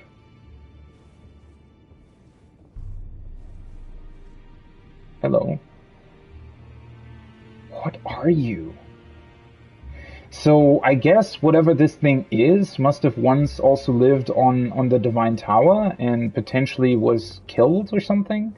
Ooh, also it has the same throne as Godric. Touch the two fingers. So that's the head of the order? Order of the two fingers? The fuck? What? Are you that new Tarnished? You've done well. Enya. I am Enya, the Finger Reader. I interpret the words of the fingers, envoys to the greater will. Look there. The fingers tremble to welcome you, Shardbearer. Oh, right, I'm a Shardbearer now. Wisdom wash over you. Great Elden Ring, root of the Golden Order, anchor of all lands, giver of grace, wellspring of all joy. Until it was shattered, the tragic corruption of the Order has taken its toll. Across the realm, Life lies in ruin, fallen to pieces. Foul curses and misery spread, unabating. But the greater will has not abandoned the realm, nor the life that inhabits it. So it is that the Tarnished are guided by grace, called to act. Brave Tarnished, your great rune is a handsome shard of the Elden Ring. Seek another of its kind, to become Elden Lord and restore the Golden Order. Let the words of the fingers guide you. Wait, those were the words of the fingers? Oh, okay. I mean, that's pretty much just sort of a summary of what we've known so far, I guess. Right? Wasn't really that much new information there. It would have been great to get an explanation for these weird two fingers. Like, what are they? I mean, they look like a living being. They look like something that's been beaten up or you know, almost died or something. They clearly look made out of flesh. But then again, the ones that we found on top of the Divine Tower, they looked more like roots. And, yeah. Well, I see. A remembrance of gold has found its way into your possession. Demigods and even the creator of the champions are hewn by the Earth Tree upon their end into remembrances. They are valuable indeed. These remembrances yet house the power of their former masters. And should you wish to wield that same power, well, I will lend you the strength of the fingers. Oh, do not recoil from my offer. The fingers guide us all. And you, Tarnished, you are here to take, are you not? Okay. So I expect this to be some sort of, or somehow the same thing that is in Dark Souls as well, right? Where you get the, where you can exchange it for specific weapons or whatever. About Great Runes. Great runes are the stuff of demigods, the children of the goddess, Queen Marika. She who is the vessel of the Elden Ring. Tainted by the strength of their runes, her children warred, but none could become Elden Lord. And so grace was extended to your kind, the Tarnished. Listen, the fingers speak. The greater will has long renounced the demigods. Tarnished, show no mercy. Have their heads. Take all they have left. Indeed. But remember one thing. The demigods are each and all the direct offspring of Queen Marika. Godric the Grafted was but a distant relation. Distant? Okay. Front of the litter. His divine blood sorely diluted. Okay. Well, for the first time, we've actually heard something about the Tarnished. Grace was extended to the Tarnished. We don't really know, did that make us Tarnished, or were the Tarnished somebody, were other people, and they were chosen to get the grace extended to them? I mean, at least we have, like, more of a, what would you call it? definitely somewhat of a bigger understanding about all of this now. So we have Marika, we have Godfrey, right? The queen and the first Elden Lord. Marika somehow was a vessel for the Elden Ring. Not entirely sure how that works, but they had offspring. The offspring fought against each other.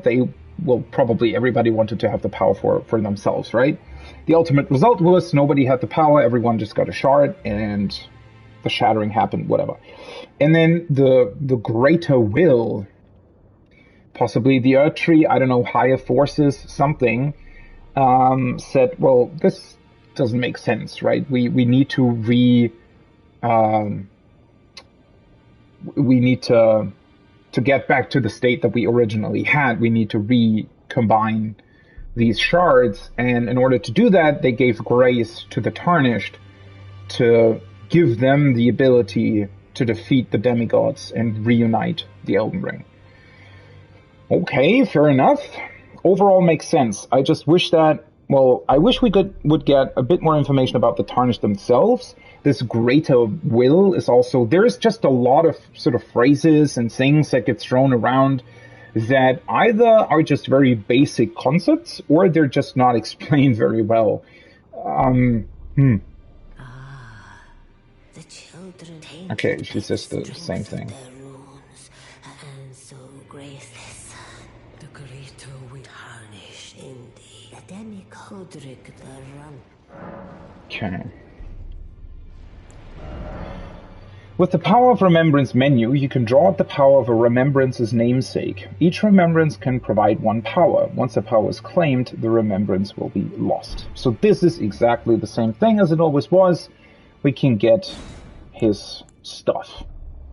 So we can either get the Axe of Godric that needs 34 strength, Great Axe wielded by Godric the Grafted. This golden battle axe is emblazoned with the figure of a beast, representing the strength of Godfrey, first Elden Lord and Patriarch of the Golden Lineage. So the guy with the beast, right? The guy with the lion, that is Godfrey. Right? So the statue that we see in the throne room in Stormvale is Godfrey, not Godric. Interesting. I command thee kneel, for I am the Lord of all that is golden. That's what Godric said, though. Weird. Unique skill, I command thee kneel. That's his skill. Repeatedly smash the axe of Godric into the ground, unleashing 2 earth-shaking shockwaves. Follow up with an additional input to produce a 3rd shockwave. Yeah, so that's what he also did. I wonder how good that is. And then we also have the Grafted Dragon. Ugh. That's a weapon that you can use. Also, why does this cost runes and this doesn't? Okay. 20 strength. I could use it right now. Doesn't seem too good though, does it? The embodiment of the power that still remained in the dragon's head that was grafted to Godric's left arm. The wielder's arm will take the form of a small dragon, sprouting sharp dragon fangs at the fist. This weapon cannot be two-handed. Unique skill, bear witness. Grant the small dragon a fleeting glimpse of life and thrust it skyward, spewing flames over a wide frontward area. So that's his, like, ranged AoE thing that he did? Well, I don't know how good that really is. 20 FP? It's not too bad. It's gonna make you stationary for an extended period of time, though, I'd imagine. I mean, in this case, for my character currently, I feel like this makes more sense than the Great Axe. I still can't get over the fact that I just freaking got 40 levels or something with the Great Rune. There has to be more to that, I don't know. Although, to be honest, if I lose that upon death, that would be even dumber. Because then the Great Rune literally has no purpose whatsoever. That would make it really bad. But this way, it's kind of overpowered.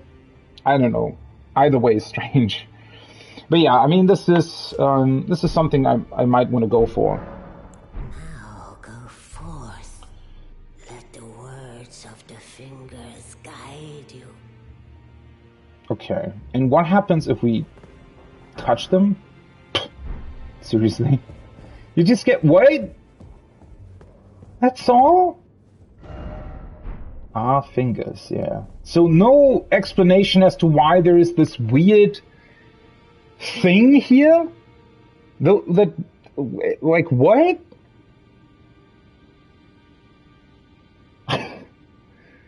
Man, maybe these are like... Maybe they're not... I don't think that they're connected to the Earth Tree. I mean, you know, maybe through, like, magical things or whatever, but I don't think that they are, like, roots or something from the Earth Tree. I think they're more, like, enhanced magical fingers from maybe the Finger Maidens. Maybe when a maiden dies, she becomes... Or they take her fingers and enlarge them or something. But what a weird thing! I don't know. Sometimes they really do awkward stuff where you're just not quite sure. I mean, that's almost comically weird, right? Those fingers. To the point where I'm really not quite sure, well, what the point really is. Oh, hello. Well, he's finally here. Hi. We meet again after all. I apologize for any offense given by my bearing, but I'm quite unable to move, you see. Why? So, what do you need? What happened to him? Did he lose his legs or something? About D. So you've met D. I did indeed. He is an old friend. He is. We found ourselves journeying together for a time, bound by our exploration of death. Okay. But our paths have since diverged, never again to cross. Though that's hardly an uncommon fate for two friends.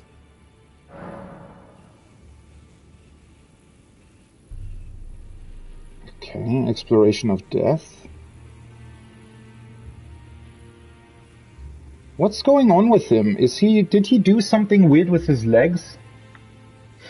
It almost seems to be the case, He was right? telling me that he discovered the mark of the centipede. What the fuck? Centipede is an ancient symbol of the curse mark.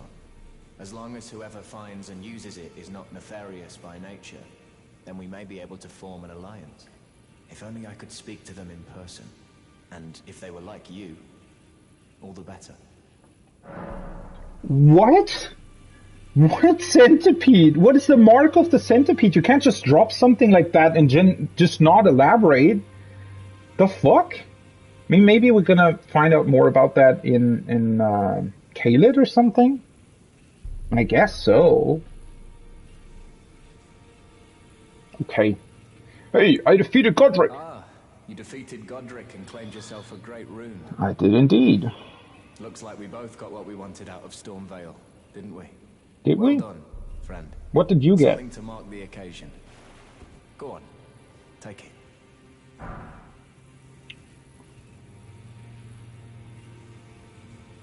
What?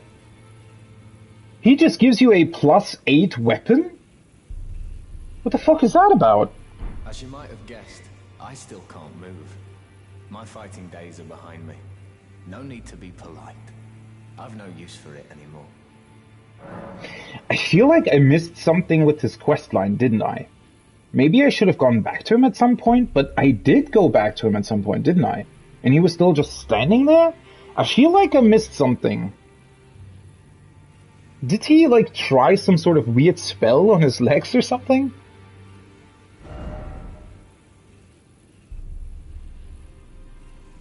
I mean, I could just buy this. Not that I'd ever use it, but...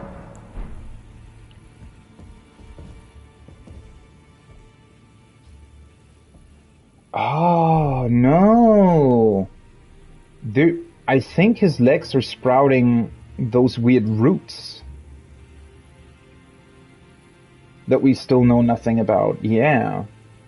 So... Wait, Rogia's legs are sprouting roots?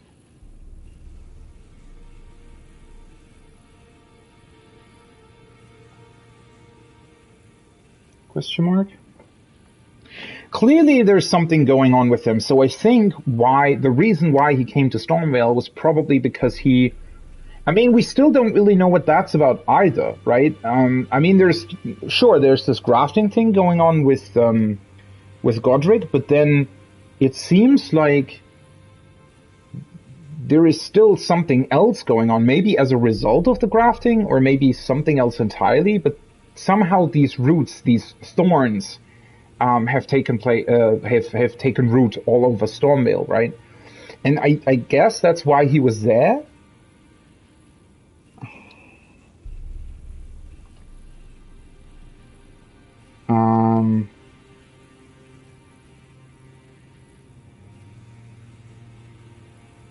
Maybe he wants to use this.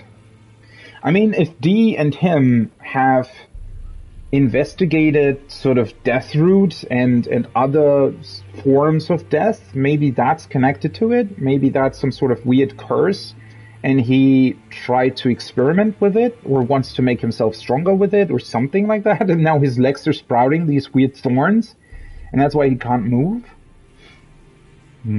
I wonder if this is going to continue. I wonder if he's going to be, I don't know, going to become some sort of weird thorn root monster at some point. What is it? The map indicate will lead you. Okay, so I can't talk to him about the roots or about anything that Rogia might want. Well, a bunch of really awkward and weird stuff that's happened. So we got a great rune. We activated one of those rune arcs, giving us essentially what equates to 40 levels, which I'm still absolutely blown away by that it works like this. I have absolutely no idea what that means. I have absolutely no idea, what kind of effect that has, whether or not it'll go away at some point, or if it's just a permanent upgrade. No idea what would happen if I exchanged the Great Rune for another one. I mean, there are more than one in this game, clearly. So no idea what that means. No idea what would happen if I used another one of those rune arcs, if that would make the Great Rune, give me another 40 levels. If that was the case, that would be even crazier. Yeah, absolutely no idea what's going on there. That's just really, really crazy to me, and something that I definitely did not expect. The fight against Godric, as I said, just kind of a weird one. I feel like the game itself isn't really prepared for most of what the game has in it. So I feel like the bosses are designed for sort of your quote-unquote normal Souls combat, with you having a shield and a sword in your hand, or maybe just a greatsword or whatever, right? In those cases, the combat seems to be, that's how the bosses seem to be designed. But seemingly most bosses are not really designed for ranged combat. They're not really designed to combat ranged attacks at all. They're just getting hit by them. And most bosses also are very inadequate when it comes to dealing with multiple opponents at once.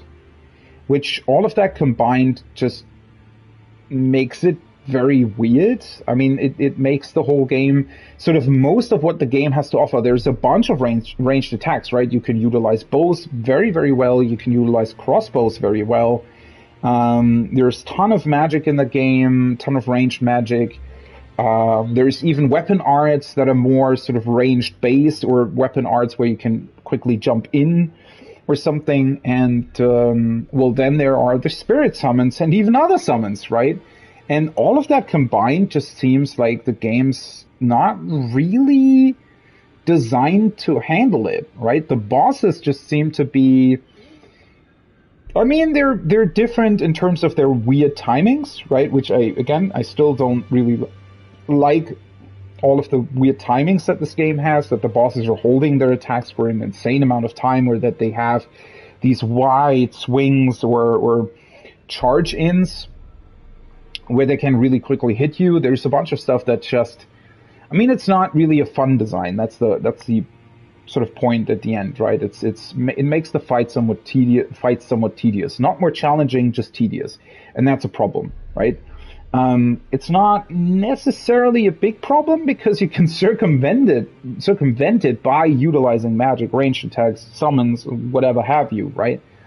or the greases, right? Poison, for example. If there's bosses that disengage for a prolonged period of time, using poison is obviously a very good thing.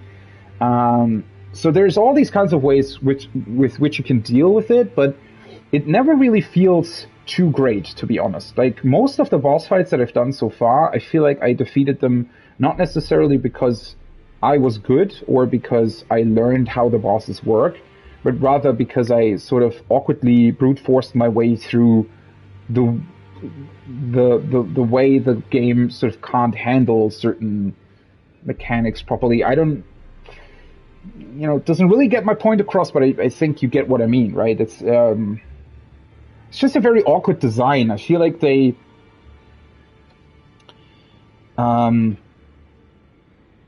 their boss design just hasn't really moved on, right? The only things that the bosses really do differently compared to, well, even Dark Souls 1 really, is that they're sometimes faster, sometimes slower. They have these awkward timings, right? That's sort of the main thing. They have a couple of really cool attacks, a couple of really cool animations.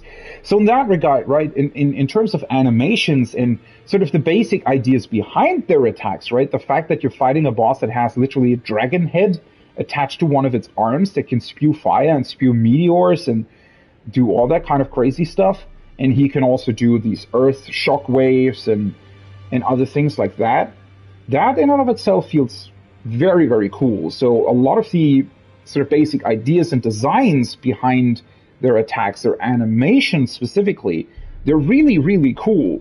But the way it sort of plays out, the way the gameplay plays out, and the way their attacks play out, especially in combinations with a lot of the skills and stuff that you can utilize, just feel kind of awkward. And it doesn't actually feel like they, I don't know, it doesn't really feel like the bosses are properly sort of reacting to what you're doing, right? I mean, you'd think, for example, that Godric having a literal dragon head attached to his hand that can spew fire at range, if he sort of saw that I was using a staff and, shooting magic at him from range, that he would disengage and just, I don't know, spew fireballs at me from a distance, right? Where I wouldn't really be able to utilize my magic properly. And sort of the solution to that would maybe be to then get closer again, and he would switch sort of into melee mode, and you had this interesting dance between ranged and melee, and you had to deal with that as well, something like that, or you had to utilize like cool shield spells or whatever. I mean, there's a whole bunch of things that they could have done with that, but it feels like the boss designs and their abilities haven't really moved on from sort of basic Dark Souls combat. The only thing that has improved is, well, the cool animations behind it, the ideas behind it are much better, much more interesting. But the way it plays out is just awkward. I mean, again, I think so far I haven't really had one single boss fight that just was a quote-unquote normal boss fight. Everything always felt,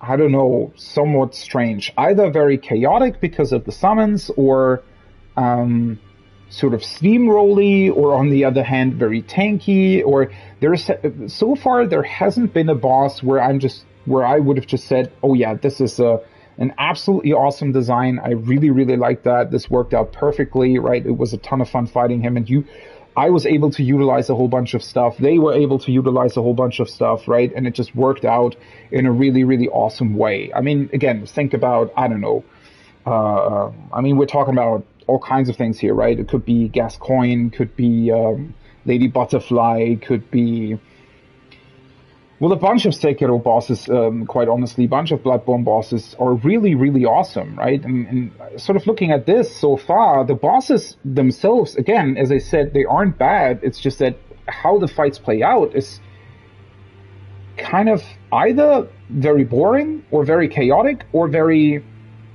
sort of strange in a way where it feels like the bosses aren't properly sort of designed to handle what you throw at them. And yeah, that's It's just kind of awkward and strange. I really don't know how to put it. There hasn't been a single proper boss fight in this game where I really felt like I had to utilize multiple different tactics and really had to learn how they work, and them also being, you know, very predictable in a way where it actually turned out great. I mean, I would say that the closest the game has come to a properly designed boss fight was probably actually this Evergaol here, right? But again, this has a problem of not really letting you utilize cool stuff, right? So it feels like this Evergaol, the boss's design felt tighter, not because it was, but rather because it forced you into using more basic attacks, right? Which is sort of the opposite bad way, I feel like, right? It's yeah, I don't know. That's a bit of a shame. I don't really have a problem with it overall because the environments are beautiful, right? And the sort of stuff that you get and the weapons and whatever. And it's a whole bunch of stuff to like. But yeah, it's very, very strange. I'm really not sure. It feels like, honestly, at this point, I would say that FromSoft sort of just threw everything that they had together, right? They kind of wanted to, it feels like they wanted to make sort of quote unquote their ultimate game, but it just doesn't really work out, right? It feels like the game has everything and nothing at the same time, right? It's a whole bunch of stuff that you can use, a whole bunch of cool weapons and weapon arts and all kinds of shit. You can do all kinds of different builds, but the result of it is that overall the game just feels diluted, right? It doesn't really have this focus. Something that Sekiro very clearly had, Bloodborne in another way as well. Where Sekiro was very, very narrow, obviously, right? It was very, I mean, you only had that one character, that one weapon, but it allowed them to really finely tune fights for that specific thing. And I think that's why combat felt so great and so tight in Sekiro, right? The boss fights are absolutely stunning in that game. And here with Elden Ring, I honestly think they threw everything together that they had, which on the one hand is really, really cool because there's a bunch of really interesting stuff that you can find, a whole bunch of really cool stuff that you can utilize and well, because it's an open world as well, I mean, not really. I still don't want to really call this game an open world game. I know it's technically one, but it's a lot closer to Dark Souls, Bloodborne, or whatever than it is to The Witcher 3. A whole lot closer to those other FromSoft titles. And not in terms of gameplay, in terms of world design. The world design, it honestly feels like your classical FromSoft game. It's just that the only difference is instead of having more linear levels, the levels are still I wouldn't necessarily say linear, right? That's where this game differs. But at the same time, there's still levels, right? They look like an open world. They can be traversed like an open world, but they're technically still like sort of in a basic way. When you sort of take two steps back and look at the larger thing, they are still levels, right? But you know that doesn't even really matter. I don't have a problem with it. I feel like that even suits this game better. Had they gone for even more of an open world, I feel like the game would have been even more diluted. It would have felt, especially with their pretty much non-existent storytelling, doing an actual open world just would have felt really boring, right? So giving you somewhat more of a like proper objectives and stuff, you know, with the Castle Stormvale being there and all that kind of stuff, yeah, probably works out for the best. But yeah, ultimately, I still think that with Elden Ring, they just threw everything together that they had and tried to make it work. And overall, it sort of works, but it also sort of doesn't, right? It works in the sense that you can utilize everything, and you know, there's nothing that completely breaks the game, or at least not yet. Or there's also nothing where it feels completely useless or anything, I would say. But at the same time, it's also the game's clearly not designed to handle everything that it contains, right? And that's just kind of results in a somewhat awkward state, I would say. Yeah. Okay, is there something that I want to do right now? I mean, obviously, I want to go back to I want to go back to Castle Stormvale, deal with the rest of what awaits us there, and then I'm probably going to venture into Caelid. Take a look what we can find there. I wonder if I should take the teleporter first and go to that whatever it is. It might be kind of fun, right? Doing that. I mean, the game sort of wants you to do that, right? So I'm sort of inclined to use that. One thing that I want to do is go back to here and take a look at the if the white masked guy is still there. See, and this is also something. This is just strange, right? So the game sort of loads you in with your, I guess, basic attributes, and then adds the attributes that you get from the Great Rune and the eye that I'm wearing on top of it.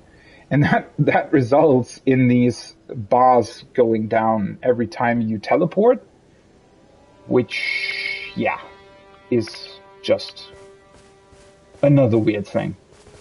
And he left behind a message. Find yourself maidenless. Off to Liorna with you then. Seek the Rose Church west of Gate Town.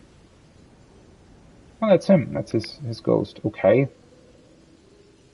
I am not maidenless, though.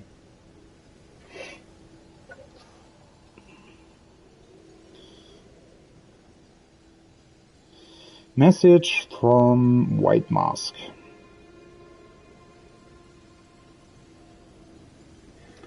Find yourself maidenless. No. So, what are they doing now? This D character is pointing us towards Caelid, right? And towards the clergyman, the beast clergyman or whatever. They're looking for Deathroot. But the white mask guy is leading us towards Liorna. Liornia.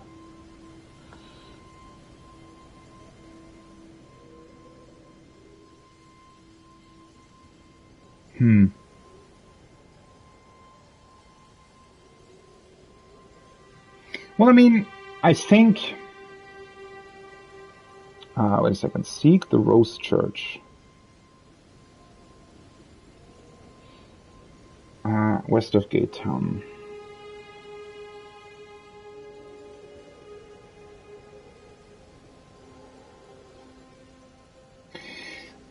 So, just sort of... Oh, hey, cool. Sort of logically speaking, right? If you look at the map, I think Caelid is pretty much this area, right? And it doesn't seem to be connected to here. Whereas this area ultimately leads us, I think, to where the end game is, right? So, judging based on that, I would say that Caelid would kind of be the more logical place to go next, because then I could sort of finish this entire area and then move on to the rest of the game, right? I'm just not really sure which one's the more difficult area of the two, or if they're somewhat similar.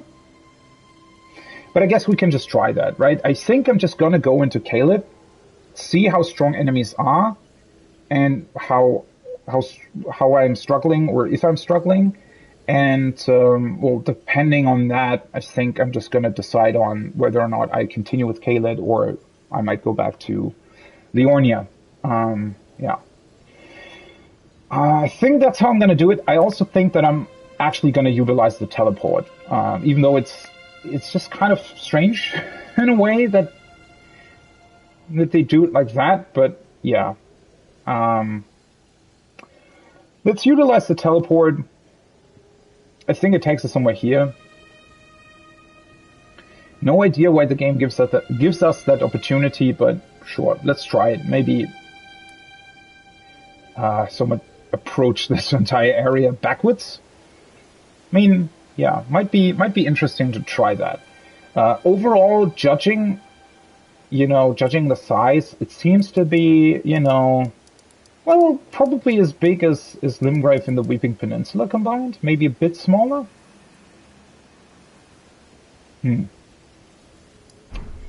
That is going to be interesting as well.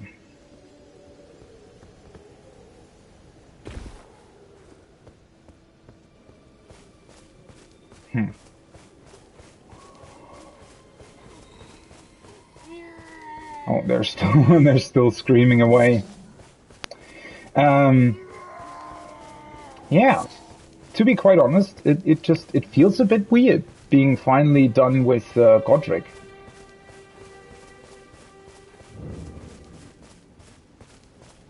It also feels incredibly weird not being able to talk to my maiden, or being able to, I don't know. It just, I mean, yes, something changed at the round table hold, and I knew that it would, right? I mean, they talked about that. Always a But, wait, who's Blade? Then you met Blythe, did you? Blythe. Wonderful. I'm glad I pointed you in his Oh, direction. he did, didn't he? He's boorish, blunt, and couldn't find his nose with both hands. But he's a good egg. I think the two of you are sure to find the best in one another.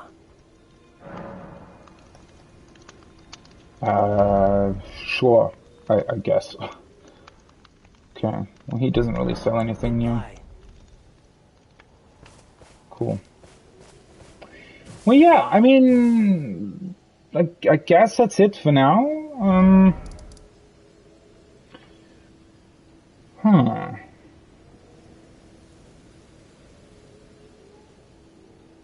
By the way, how does that work in terms of PvP and stuff? Isn't it essentially, I mean, with the Great Runes and DI, right? Because isn't PvP and online gaming in general, isn't that based on your level? Or is it based on your attributes? Because I'm wondering what happens, like, if I enhance my Great Rune like now. I mean, yeah, as I said, I'm practically, 52 levels above my actual level in terms of the combined attributes that I have, just because of the Great Rune and the Eye that I have equipped. So I wonder how that's calculated in, like, online play and whatever. Or maybe they just deactivate those benefits. That would be kind of weird as well, though, right? I mean, maybe Great Runes could be deactivated. That might be a thing. I just quickly want to test, so, I mean, well, I'd imagine that I'm just straight up stronger now, right?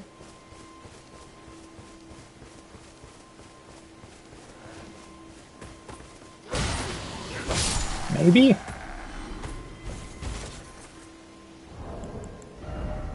I mean, I should be. I honestly wonder whether or not dying will reset that, but I also kind of don't want to try it. I mean, it'll happen eventually anyways, right?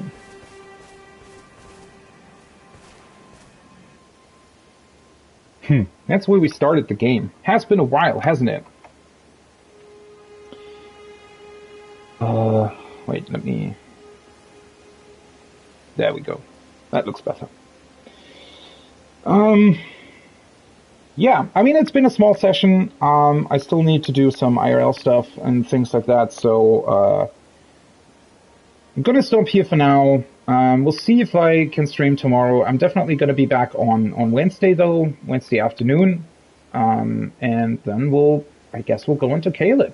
Check out how good we are now with the Great Rune and everything. I'm still really excited to see the rest of the game. I really want to know what else there is, how strong you can become, and what other sort of things and ways to fight there are. Yeah. I still think there's a ton of problems with the game. It's still fun though, so why not, right? It's gonna be fun. I hope you had a great time. I mean, I know it was a short stream, but we'll be back Wednesday at the latest. Maybe I can do like a small stream tomorrow too. We'll see about that. Other than that, hopefully I'll see you in the next one. I hope you're having a great rest of your evening, morning, day, wherever you are. Until then, bye-bye.